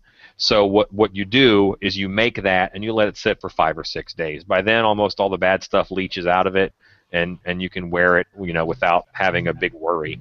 Also, a lot of that stuff, it's just not as comfortable to wear. So I'll line it with something like felt or fleece. You know, you spray adhesive and line it, and that way you have that fabric touching your skin as opposed to a plastic or something that you're not used to. Wow, that was like totally in a whole different direction than I thought you were going to take it. Yes, that was awesome. I was going to ask you when I thought about that question, Alan. You have a tutorial on your YouTube page about making like the tooth plates with the hot glue and stuff. Mm-hmm. I was wondering if you're making latex masks, how is there a way to attach like rigid plates of teeth into the mask? Like what would you use to glue them in there, or is there a good way to do that? Rubber cement or contact cement is one of your best ways to glue to latex. And if you have something rigid, you really want to like scratch it up so you can get a mechanical lock on it, mm-hmm. you know, with your adhesive. And then because like hot glue really isn't near as flexible as latex, so you can crumple that up, and then you know you would break your bond with your teeth. So right. One of the things that I try to do is I try to physically lock it in, sew it, just do a few stitches. In the scrapbooking section of Hobby Lobby, they actually have, remember those things that you used when you were a kid? They were called brads, and they were, brass, and you'd push them through, and there's two pieces that peeled back. Yeah. I use those in masks all the time, but in the scrapbook section, they have them that look like screw heads. So in a lot of my deranged masks, you'll see like tooth plates attached. It looks like it's screwed on. It's those that I push through and then peel back, and that's a mechanical lock that holds it onto your mask, and that way, even if your glue does give out, it's mechanically held there. Right. Yeah, it makes sense. Yeah. Question for anyone who'd like to answer it from Chem Spider. Best lightning effect for the money. Any cheap way to get convincing lightning and thunder effect? Crickets. I've only used Firefly, so. What was the answer? Sorry, I've only used the Firefly, and Alan, you'll have to help me remember the company that sells that. I can't remember. The Firefly lighting box. Yeah. I'm trying to remember the name of the I darn it, I can't remember the name either. It's a great system though. It works awesome. Yeah. Oh, and they have awesome customer service. Every now and then. Can you guys hear me? Yeah, go ahead, Al. Okay. I didn't know if I had dropped out. Every now and then, you can find these old. I don't know what the proper name for them is, but they're like the old style like light sockets that screw in like the. Like every time you start talking, cuts out. It'll cut out. Am I cut out again? No, go ahead, Al. Okay, Keep I going. thought he was talking to me. Michael, just mute your mic there, buddy. Yeah, or we're gonna do it. It's every now and then, like on eBay or whatever, you can find a old school socket that screws in, and it's like an old Christmas tree flasher. I used to have a couple. Oh, yes, I know what you're talking about. They were designed to plug a Christmas tree in to make the lights flash that were just standard lights. Yeah. And I've used those before and picked back strobe lights off of it, with different settings, like maybe one slower than the other, and it gives you a nice random flashing effect. You could put it like behind the windowsill. We used it behind the window where you saw it backlit like lightning. And, everyone keeps saying "lights alive." Is that what you guys? Yeah. That's what I'm showing here. I had a file folder because I'm in my office, like I said. So in my file folder was the Lights Alive brochure, and it has all of their lightning stuff in it that they use, and that's the Firefly box that they were talking about. And just as you know, because Bart was going to start saying he's trying to get everything reset again because it keeps freezing up on him, but they have incredible customer service because we had a situation where like an hour before we were going to open one night, just for some reason everything fried on it. I don't know what happened. It wasn't working, and this was a Saturday night. We called them up. They answered their phone. They answered all of our questions. They immediately emailed us like a new driver for this one and everything we needed. And by the time we opened, we were back up and running. And I mean, so their customer service was awesome. Wow, that's good to hear. George, Yeah. That's right. Go ahead, Joe.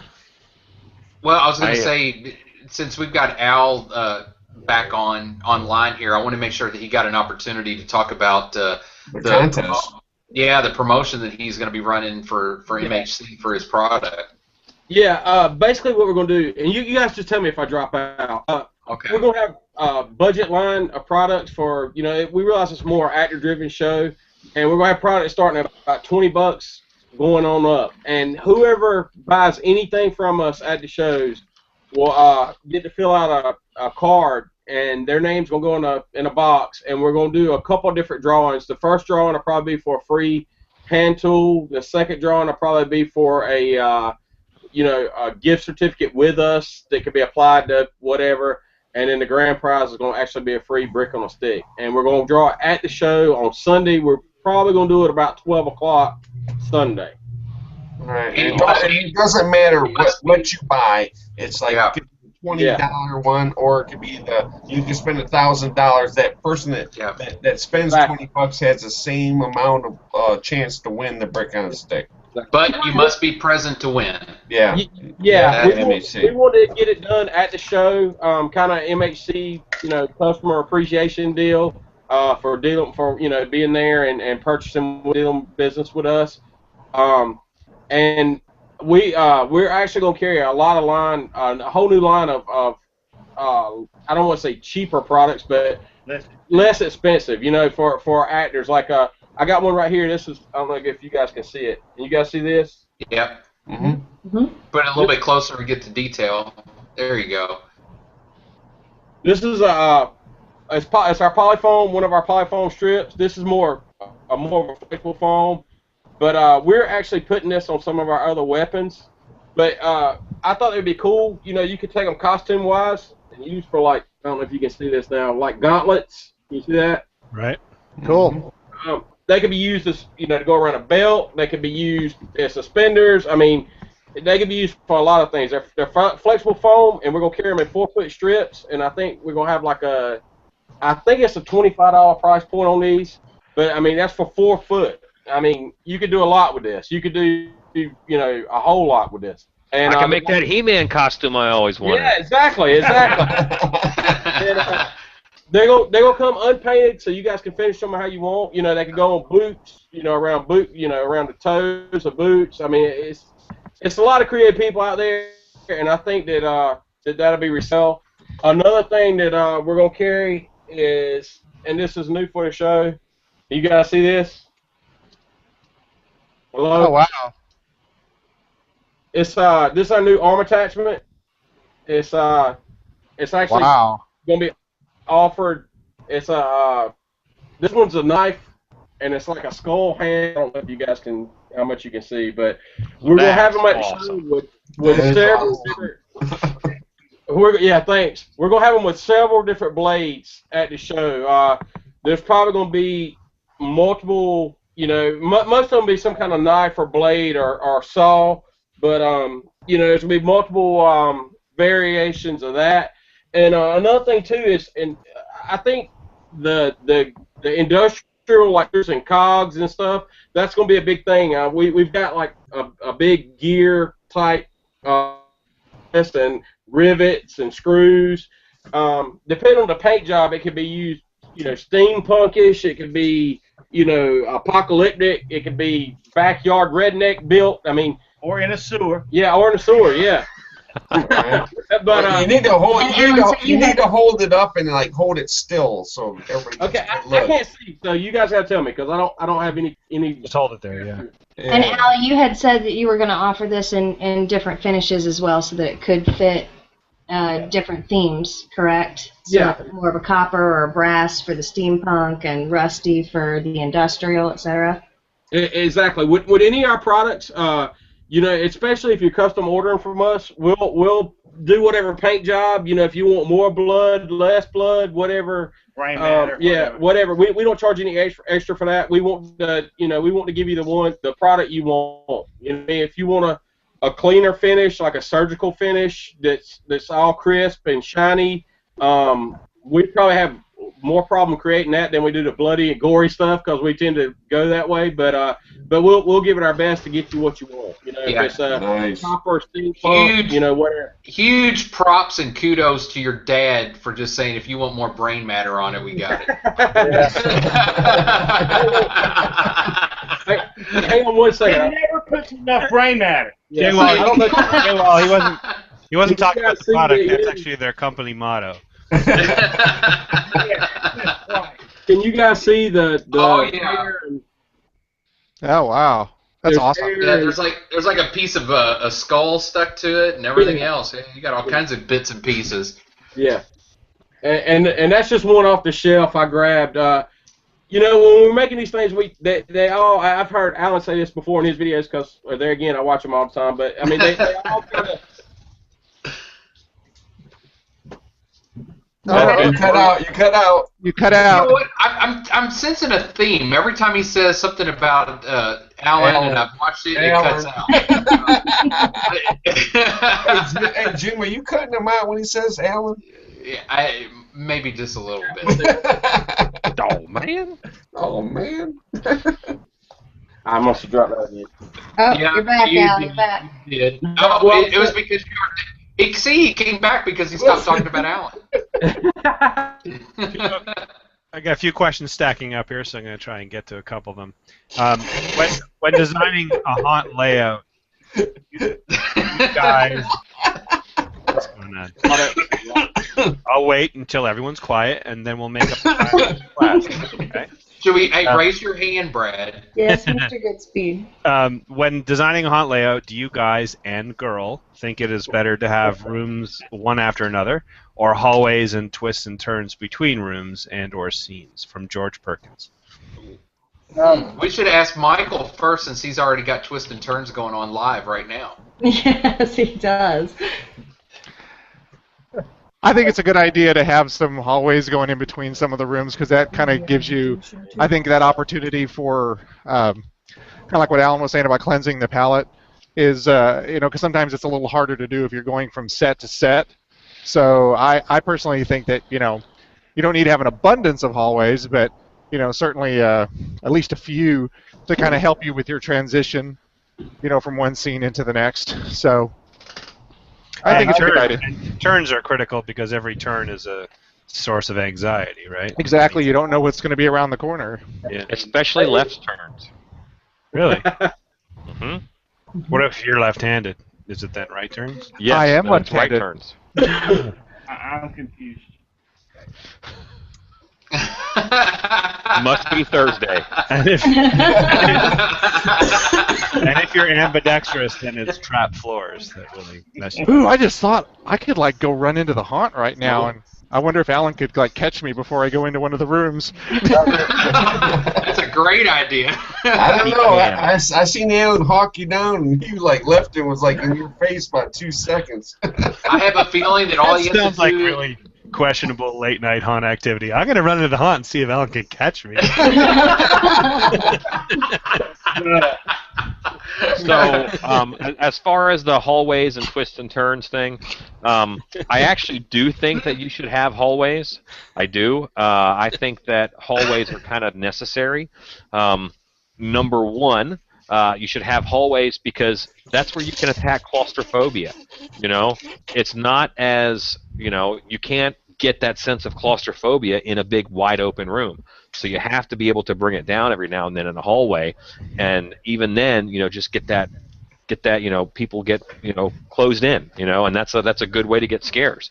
Another reason is if you're trying to have a whole show feel, and you want every set to be different, you can link your show together with your hallways, where your hallways are all kind of similar. You know, you all have every hallway is like a Victorian manor hallway. You know, that ties your show together. And then even though the kitchen is a very different room than the living room, you still have a cohesive show because your hallways tied it together. That's my thought. There you go. And that just as that complete separator and just to kind of close the mind off and then reintroduce you into a whole different theme at that point. Is that what you're getting at as far as being able to introduce and be able to change things, just to have that downtime to come through the hallway and then back into it? Absolutely, absolutely. And then the hallway kind of becomes something that they expect and they get used to, and that's when you can put something like a drop portrait in a hallway to attack the thing that they've gotten used to. Right. That's a good idea. Make sense? Yeah. Makes sense to me. Absolutely.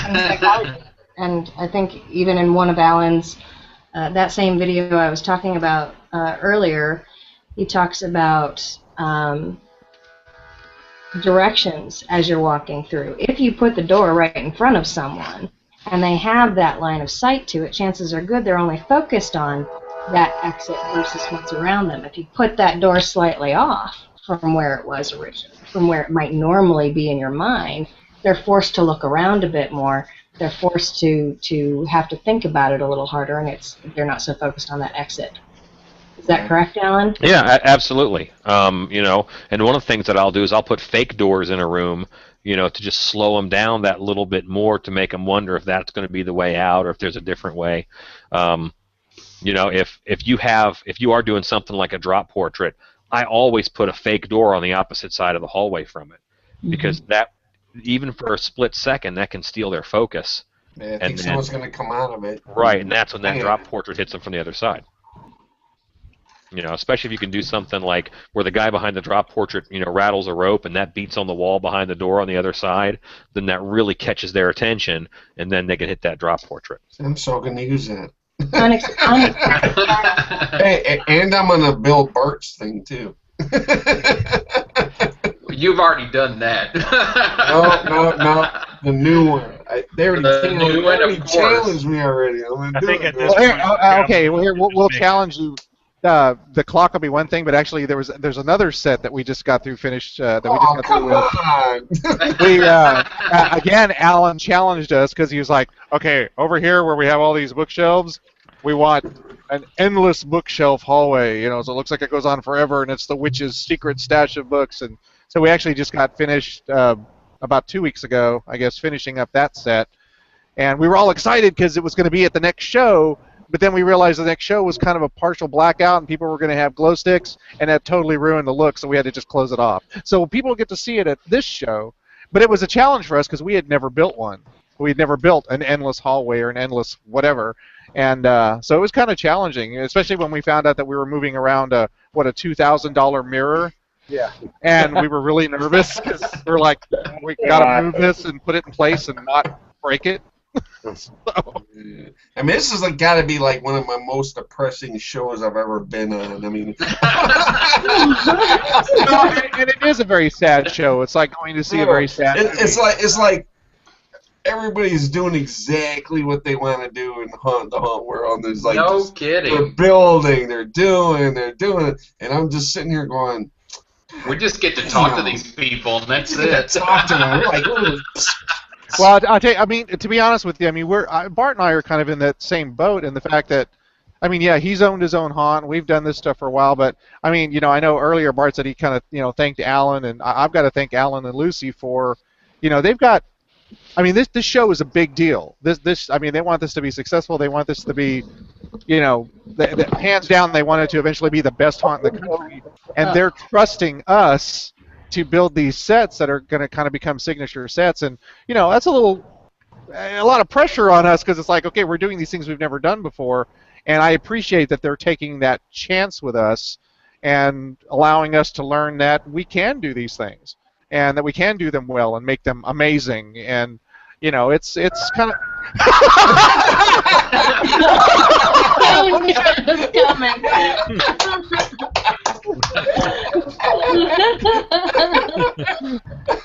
That's awesome. Well, Michael, it looks like your employee review is in. Yeah. That was so fun. But anyway, so you know, so it's a big deal for us too because we're going into this level that, you know, we've never been in before, and building these massive sets that we've never built before, and it's kind of cool. You guys are crushing it though, Michael. I mean, just following you guys what you can post on Facebook and what Alan will let you leak out. I mean, it's killer. You know, I mean, it's awesome. Damn, everybody's doing what they love now. I mean, Al, you guys are over there pumping out the weapons. They're working on sets. I mean, everybody's. Oh my God. So you know, hey Al, something that came to mind. I've got a question for you. Since you are still going to continue with the haunt, even though it may not be for as many days as what you've done in the past, because you've got, you know, the other side of things, you got the business side of things as far as the weapons go, but because the weapons that you create tie in directly so much to the haunt and the past of it because of being the slaughterhouse, any opportunity for your guest that you may have almost like a gift shop at the end where they could buy some of the weapons that they've seen in the haunt? There you go. Hey, you know what I mean? Because it's a direct correlation. Need more people, don't you? You would think that would be a good idea, but you've never seen our guest.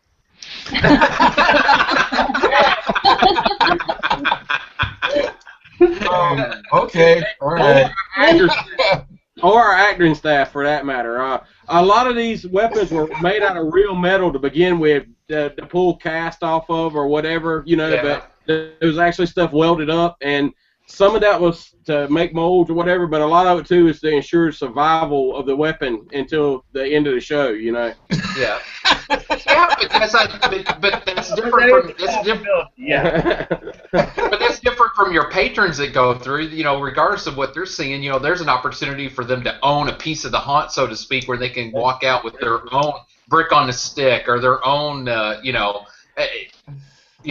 their own ball peen hammer or anything that they get to go home and play with and do anything with. But I don't know, it just popped in my mind because, you know, a lot of people do one thing and then have the other, or they don't have the haunt that ties within it. But you know, what you've done as far as the weapons go have just been a direct correlation with the basis of the haunt.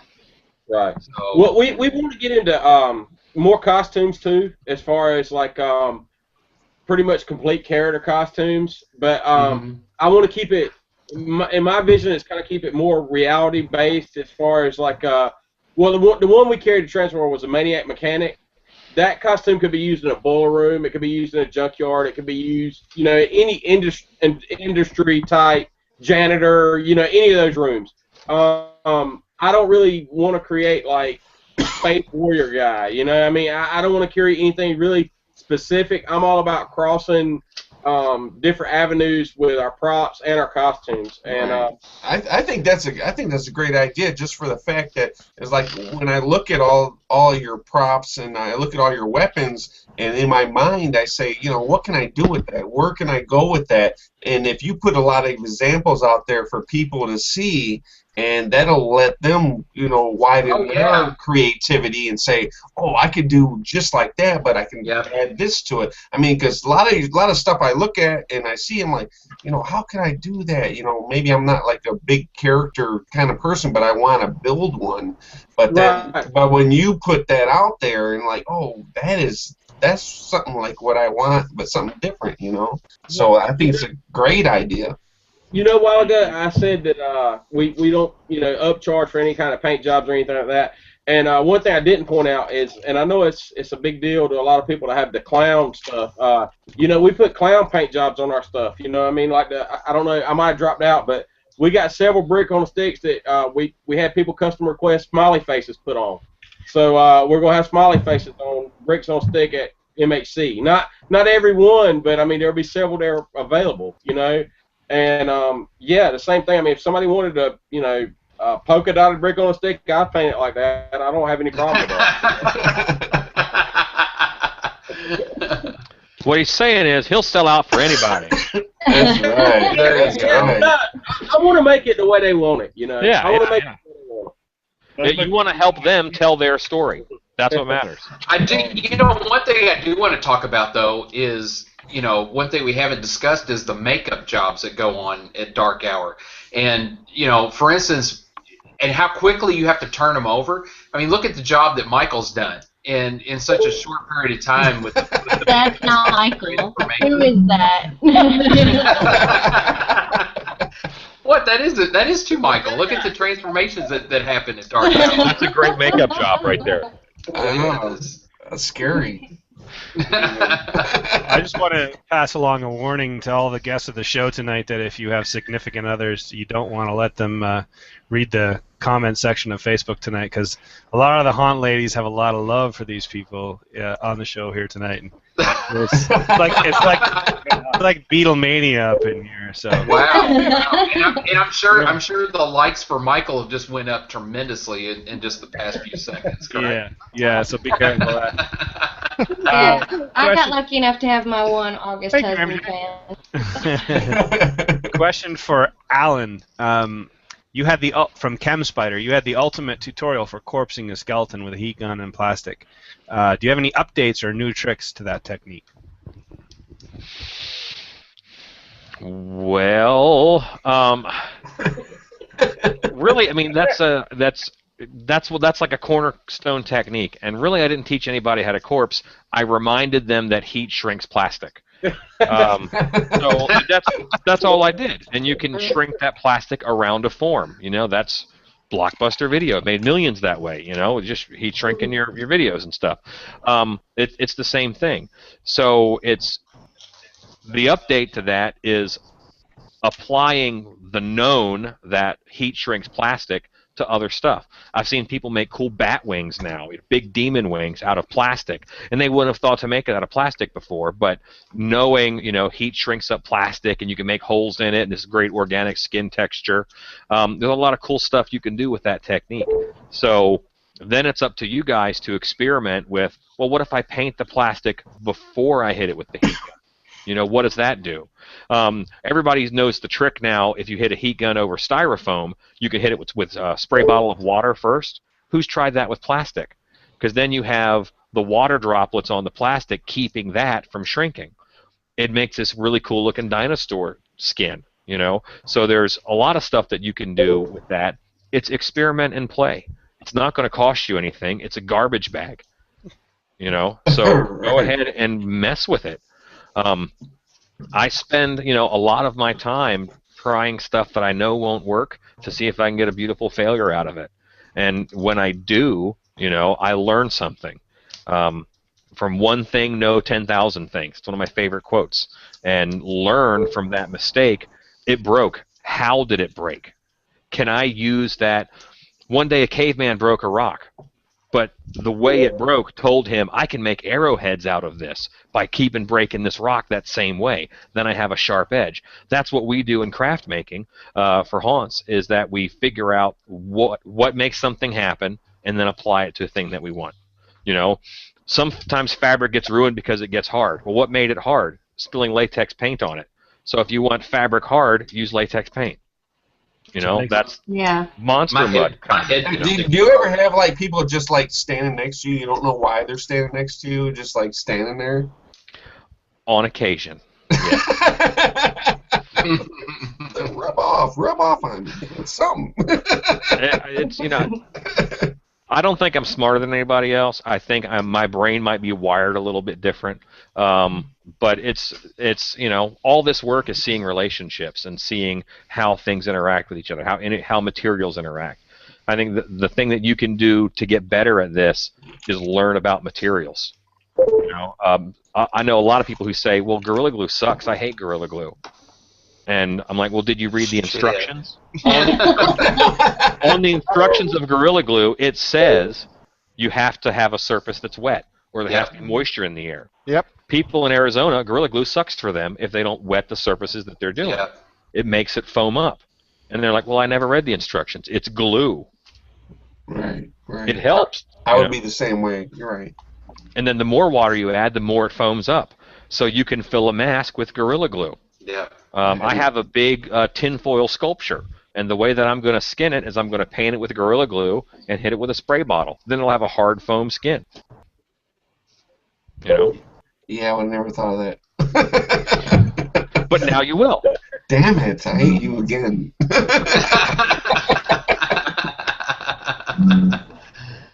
Where are YouTube Wednesdays? Hey, is Bart with us? That's all I can think about. I'm here. Like, oh. Are you sure? I did a YouTube Wednesday last week, and you did. Matter of fact, how far along have you gotten with that? Because that was pretty killer. The mechanism. That's done and up. It's done. You know, it was in place for that show. I didn't show, you know, a lot of it. What I showed was the mechanism, because the mechanism is the big part. You know, I don't want to tell you what to animate. You know, not everybody's going to want to make puppets. Is that mech like that?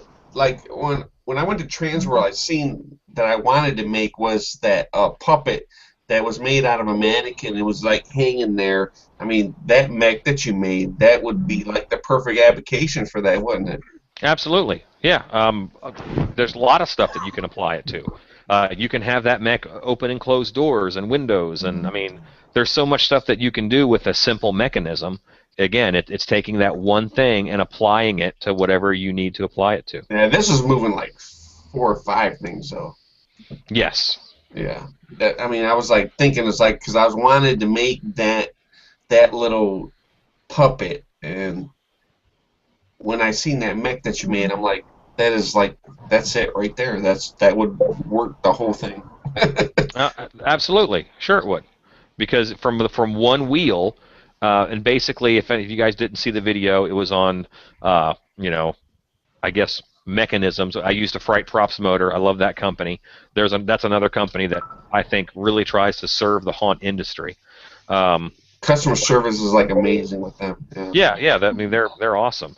But it's a Fright Props motor. It's got one wheel on it, and on that wheel is a post, and on that post in 3 different planes, you know, next to each other, was 3 different mechanisms.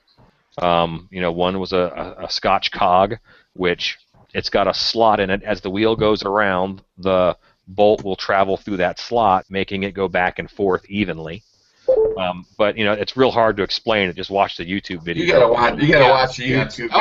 It was a great video. No way explaining that. No. You gotta go but watch you know, it. Alan, watching that video, and this is what I just got up to try to go find. I had bought a book last year, and there's a couple of them. There's a couple different ones. I just bought one of them. The author is Henry Brown, and I'm going to try to show it here. This particular one that I bought is 507 Mechanical Movements, Mechanisms and Devices. And I bought it off of Amazon. I don't know if you guys can see that, but there's a couple different variations of this. Some of them have more mechanisms and movements, and it is an absolutely amazing thing to go through and to check out. I mean, and some of these mechanisms are stuff that goes all the way back probably to the 1800s. So is this something that we're going to see from you now, John? Yeah, maybe so, because it will. Bart, we need that book. It's a 507-part video. Yes, I'll do one half hour video on every mechanism, but but no, I mean all joking aside, I mean you're the reason why there's no tutorial thing on Deadwood Dave. I know, I blew that up, but I can't watch 9 vlogs of it. hey, but I'm gonna tell you something though. How many freaking pumpkins are just coming out of the woodworks from that? So yes, hey, right. So yes, but it's not from that. It's from your it's from your channel, right? Yeah, it was a pain in the ass, but it's had huge rewards. Just as long as I can take a small part, and just like what Alan said, as long as you just put the seed out there and it just continues, then more power to it. But no, but all kidding aside, the first thing I thought when I was watching your video was this book, and I'm like, oh, I guarantee it. And I went through it, and I'm flipping through the book, and I'm like, oh, yep, there's that clog, there's this, there's that. But it's cool, and it goes into everything to even water movement. You know, on different ways that you move water. And well, you better build some so we can see what's let me actually throw out a website real quick, and I'm going to try and find it while I'm talking about it. But it's a guy named Rob Ivies, and I think it's ROBIVIES, and it's robivies.com. And this site, what he makes is paper crank stuff. It's all out of paper and folded paper. Cool. But he shows the mechanisms, and on his website, it used to be Flying Pig, is what he was, because he made this flying pig out of paper or whatever. But really cool. Because I want to give the right website. Okay, I found it. It is Rob Ives, ROBIVES. And if you go to his, if you put, robives.com, and there's a mechanisms page, and on the mechanisms page is all these little animations, and I'm actually gonna hijack you guys here so you can see my screen. Okay, but this is his page. Nice. Okay, and now if I go to crank, it opens up a crank, and you see this animation right here. Who can't think through that? No kidding. On the absolutely. I can. Now you decide what this turns. You decide if that's a hand, if that's a head. Yeah. They're on the one that I did. I used a bell crank, and my bell crank was pretty much straight off of his website here. There you go. Except, my motor was here, and as it went back and forth, dude, I'm getting turned on by that. This website turns me on. I'm not gonna lie. Oh yeah, it's awesome. It goes through cams, and it shows you how things move with different shaped cams. Yep, there you go. You know what? That basically is the animated version of that book. And that's cool as can be, because some of those things I look at and you try to figure out in your mind's eye, how does that physically move and function, and to have that animation is killer. One thing that every person who wants to do mechanics should do is they should download a 4-bar generator. A 4-bar generator, that's what almost every animatronic is based on, because when you move one of those bars, it amplifies the movement on the other end. Yeah. So hang on a second. I got to turn my lights on by standing up. I'm in a high place. You know what? While he's doing we lost Bart. Yeah. He's trying to come back. He keeps losing the signal for some reason. Why isn't he just sitting right next to you, Michael? Right. That damn. You know what? We want to ask a couple questions. We're like, where are you going to go from here? Do you want to keep doing set scenes and You know what the problem is? The fact that they're paying too much for their scenes, that they can't afford an upgrade on their Wi-Fi is why Bart keeps dropping off. Well, it's working fine for me, and it's working fine for Alan. I don't know why it's not working for him. He must have a Mac. We're playing favorites. I think it's operator error. There you I go. have a quick actor question for our a distinguished panel of pros. Do you guys, with your actors, we all know how important they are for the haunt, do you meet your actors, bring them in, and then choose their characters based on their personalities via the theme, or is the character already chosen when you hire them and you train them for that? And if so, how do you train them? You're so theatrical with your questions. Oh my goodness. Al, you answer that one. For me, I think it's a little bit of both. Like a good exercise that I learned somewhere along the way. I don't know where I learned it from. Maybe somebody on this panel. I really don't know. But I like to give them a prop, and it could be something like say a bag of flour, for instance, and so take two people and say, okay, here's a bag of flour. I'm gonna come back in 5 minutes. I want to give you, you guys give me a 2-minute scene with this as a prop, and the easy thing to do would be just act like it's a bag of flour, because that's what it is, But I've seen people act like it's a baby. I've seen people act like it's a bomb, But what I'm getting out of that is the ability of them to improv and think on their feet. And sometimes the weapons is kind of easy for me because I've always believed that you could take an okay actor and give them a good prop, and it really propels them to being an above average actor. You know what I mean? It helps them come out of their shell just a little bit. So I think some of it's got to be in them to begin with, but then through the proper channels you can always draw a little more out with a prop and a set and like Thor without his hammer. Yeah. Yeah. Actually, in some cases, we've had actually the opposite reaction. A couple of years ago out at the Haunted House, we were going through and we noticed that our actors were actually almost relying too much on all their weapons. And Bart said, you know what, I'm just going to go through, and he took all the weapons away. And that it kind of had that opposite effect, was that they suddenly didn't have that crutch anymore. And it made them become more creative with their surroundings. It made them become more creative with what they were doing. It made them able to improvise more with the scene that they were in. And ultimately, the quality of the show actually went up. It was really bizarre, And I mean, there's still some that would have, weapons here and there down the road, but we took a lot of those away. And it was amazing what our actors were able to do, and really, propel the show into something greater than what it was. So I mean, there's no right or wrong answer there. I mean, obviously, it's just different things are going to work with different people. But we were shocked to see how well that worked with our actors. I think you're looking at a whole nother level of actors. So you guys have like actors that have been working with you for fucking 10 years and years.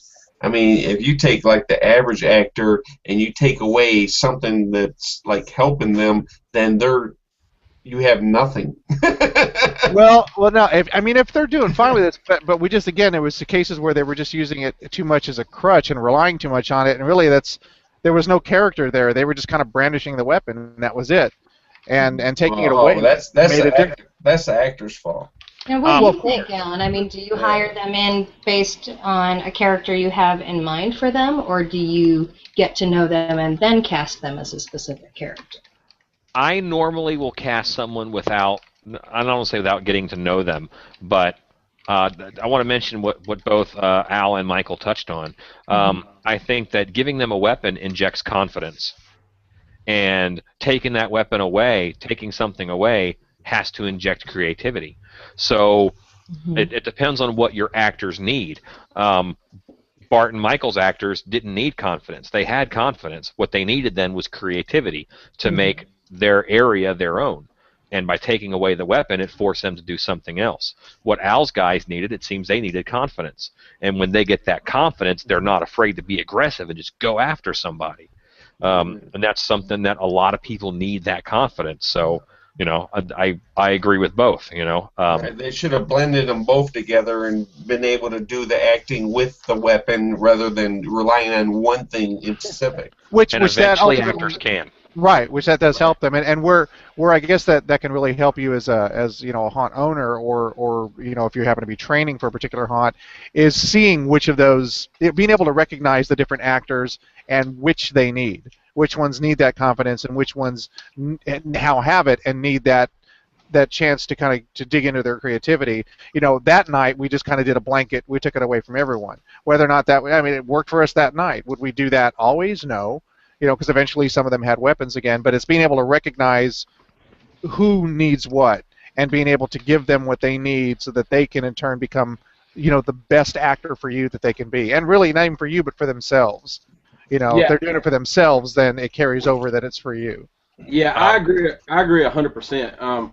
I real quick on that. One night out years and years ago, we had chainsaws out back or whatever, and one of the kids, he didn't like the saw. He wanted a different saw, bigger saw, whatever. So to prove that it wasn't the saw, it was the acting, I actually chased a group of teenagers out of the haunted house with a road comb. Just because, it's orange and some crazy guys coming at them slinging it around.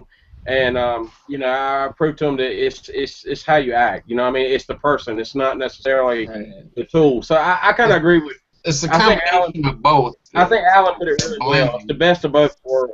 Yeah. Well, and when I'm going to get back to what I think the original question was for me. How do I cast? And honestly, it starts when I'm making up what the character that I want to see in the room.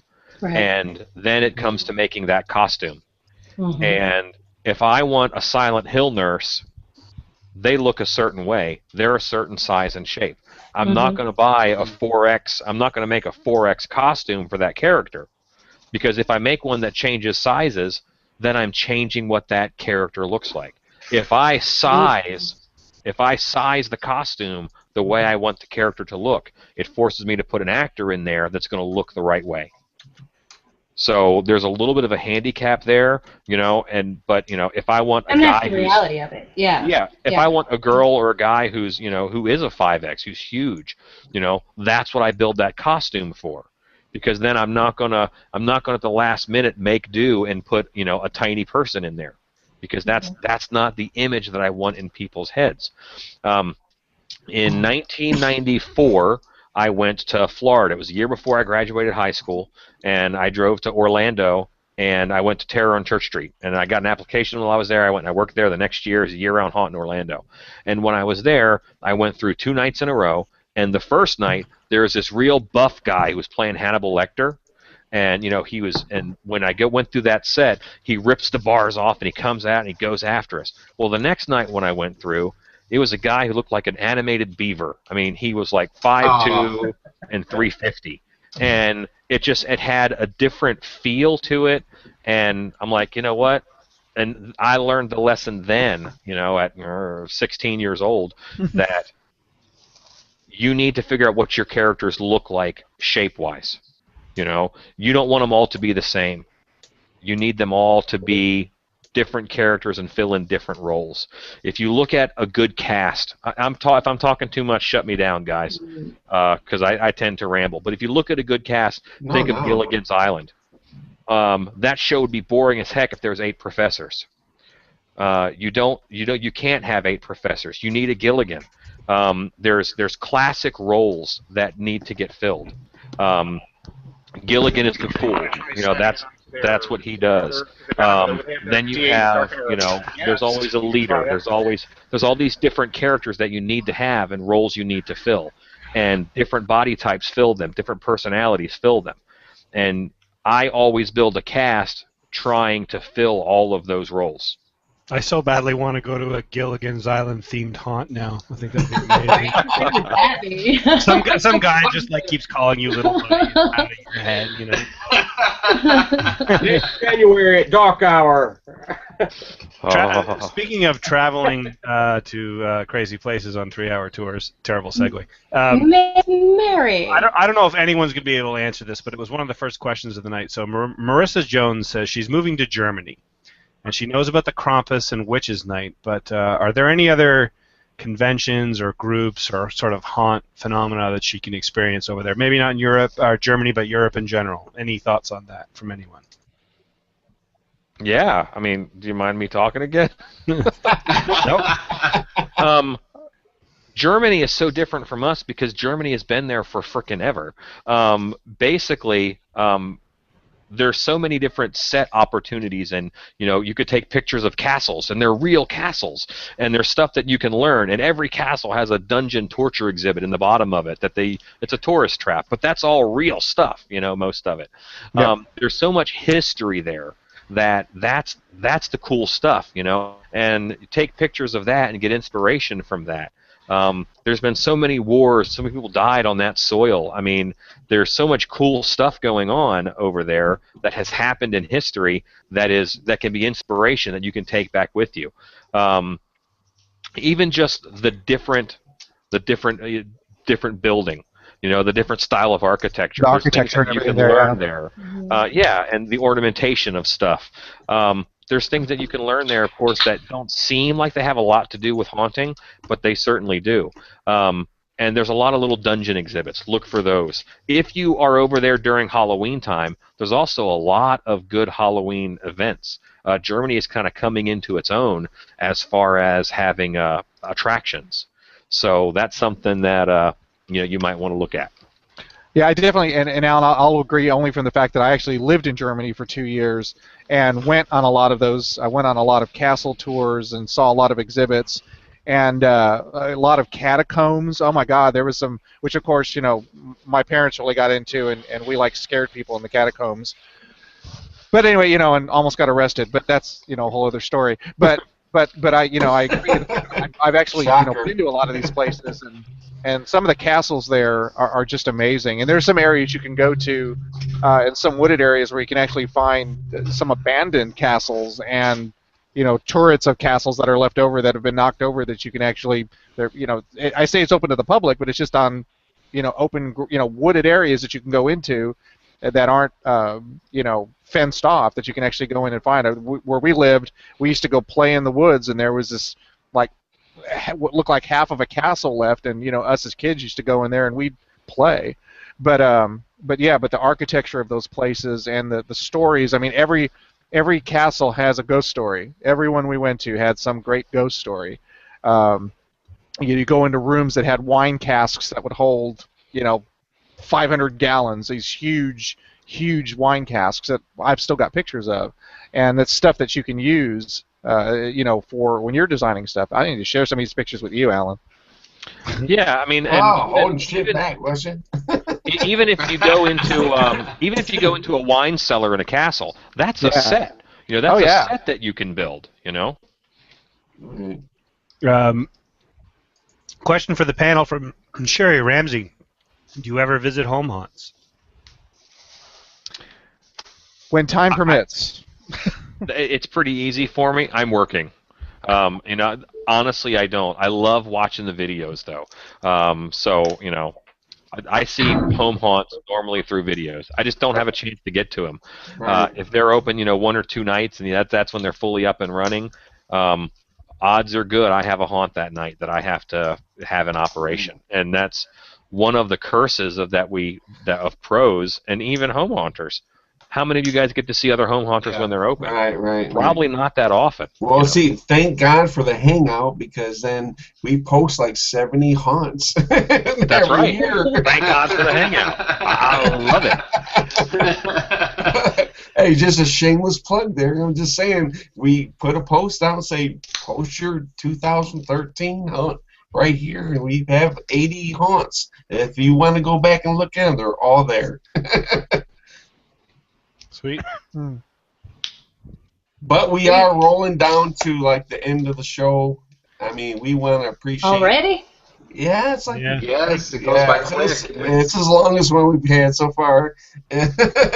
But we want to thank Bart when he was able to be on, and Mike and Alan Pops and everybody, and we want to definitely thank you guys for coming back on. And it's amazing the work you do. You guys inspire us all. So Yes. There's Bart. He's back. Hey, are the bathrooms spotless? You got them all? I got them all taken care of. Yeah.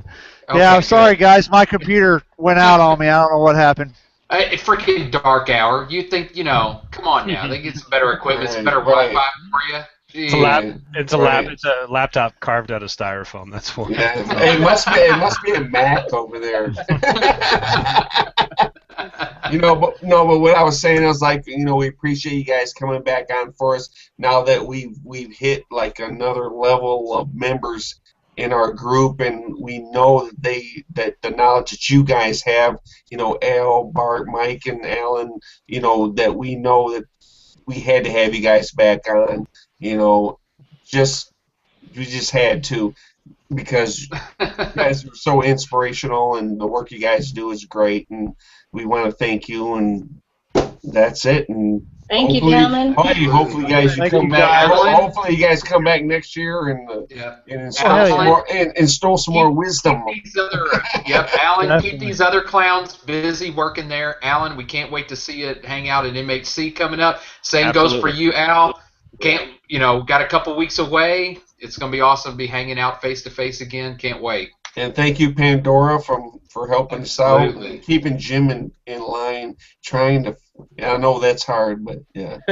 It was great to be a part of the group. There wasn't anything about keeping it. That's right. Hey, we got two shows left.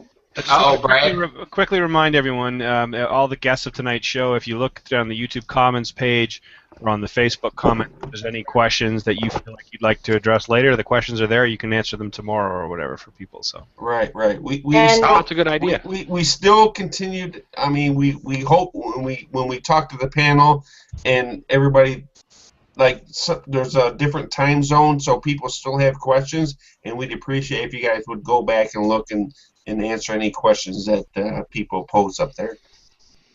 And for everybody watching, don't forget to check out everybody's links, hit the like button, subscribe, all that good stuff. Yeah, there's lots of links on Pandora. I got them all covered. I stay pretty busy. Yeah. All right, that's it. Thanks, guys. All right, appreciate it.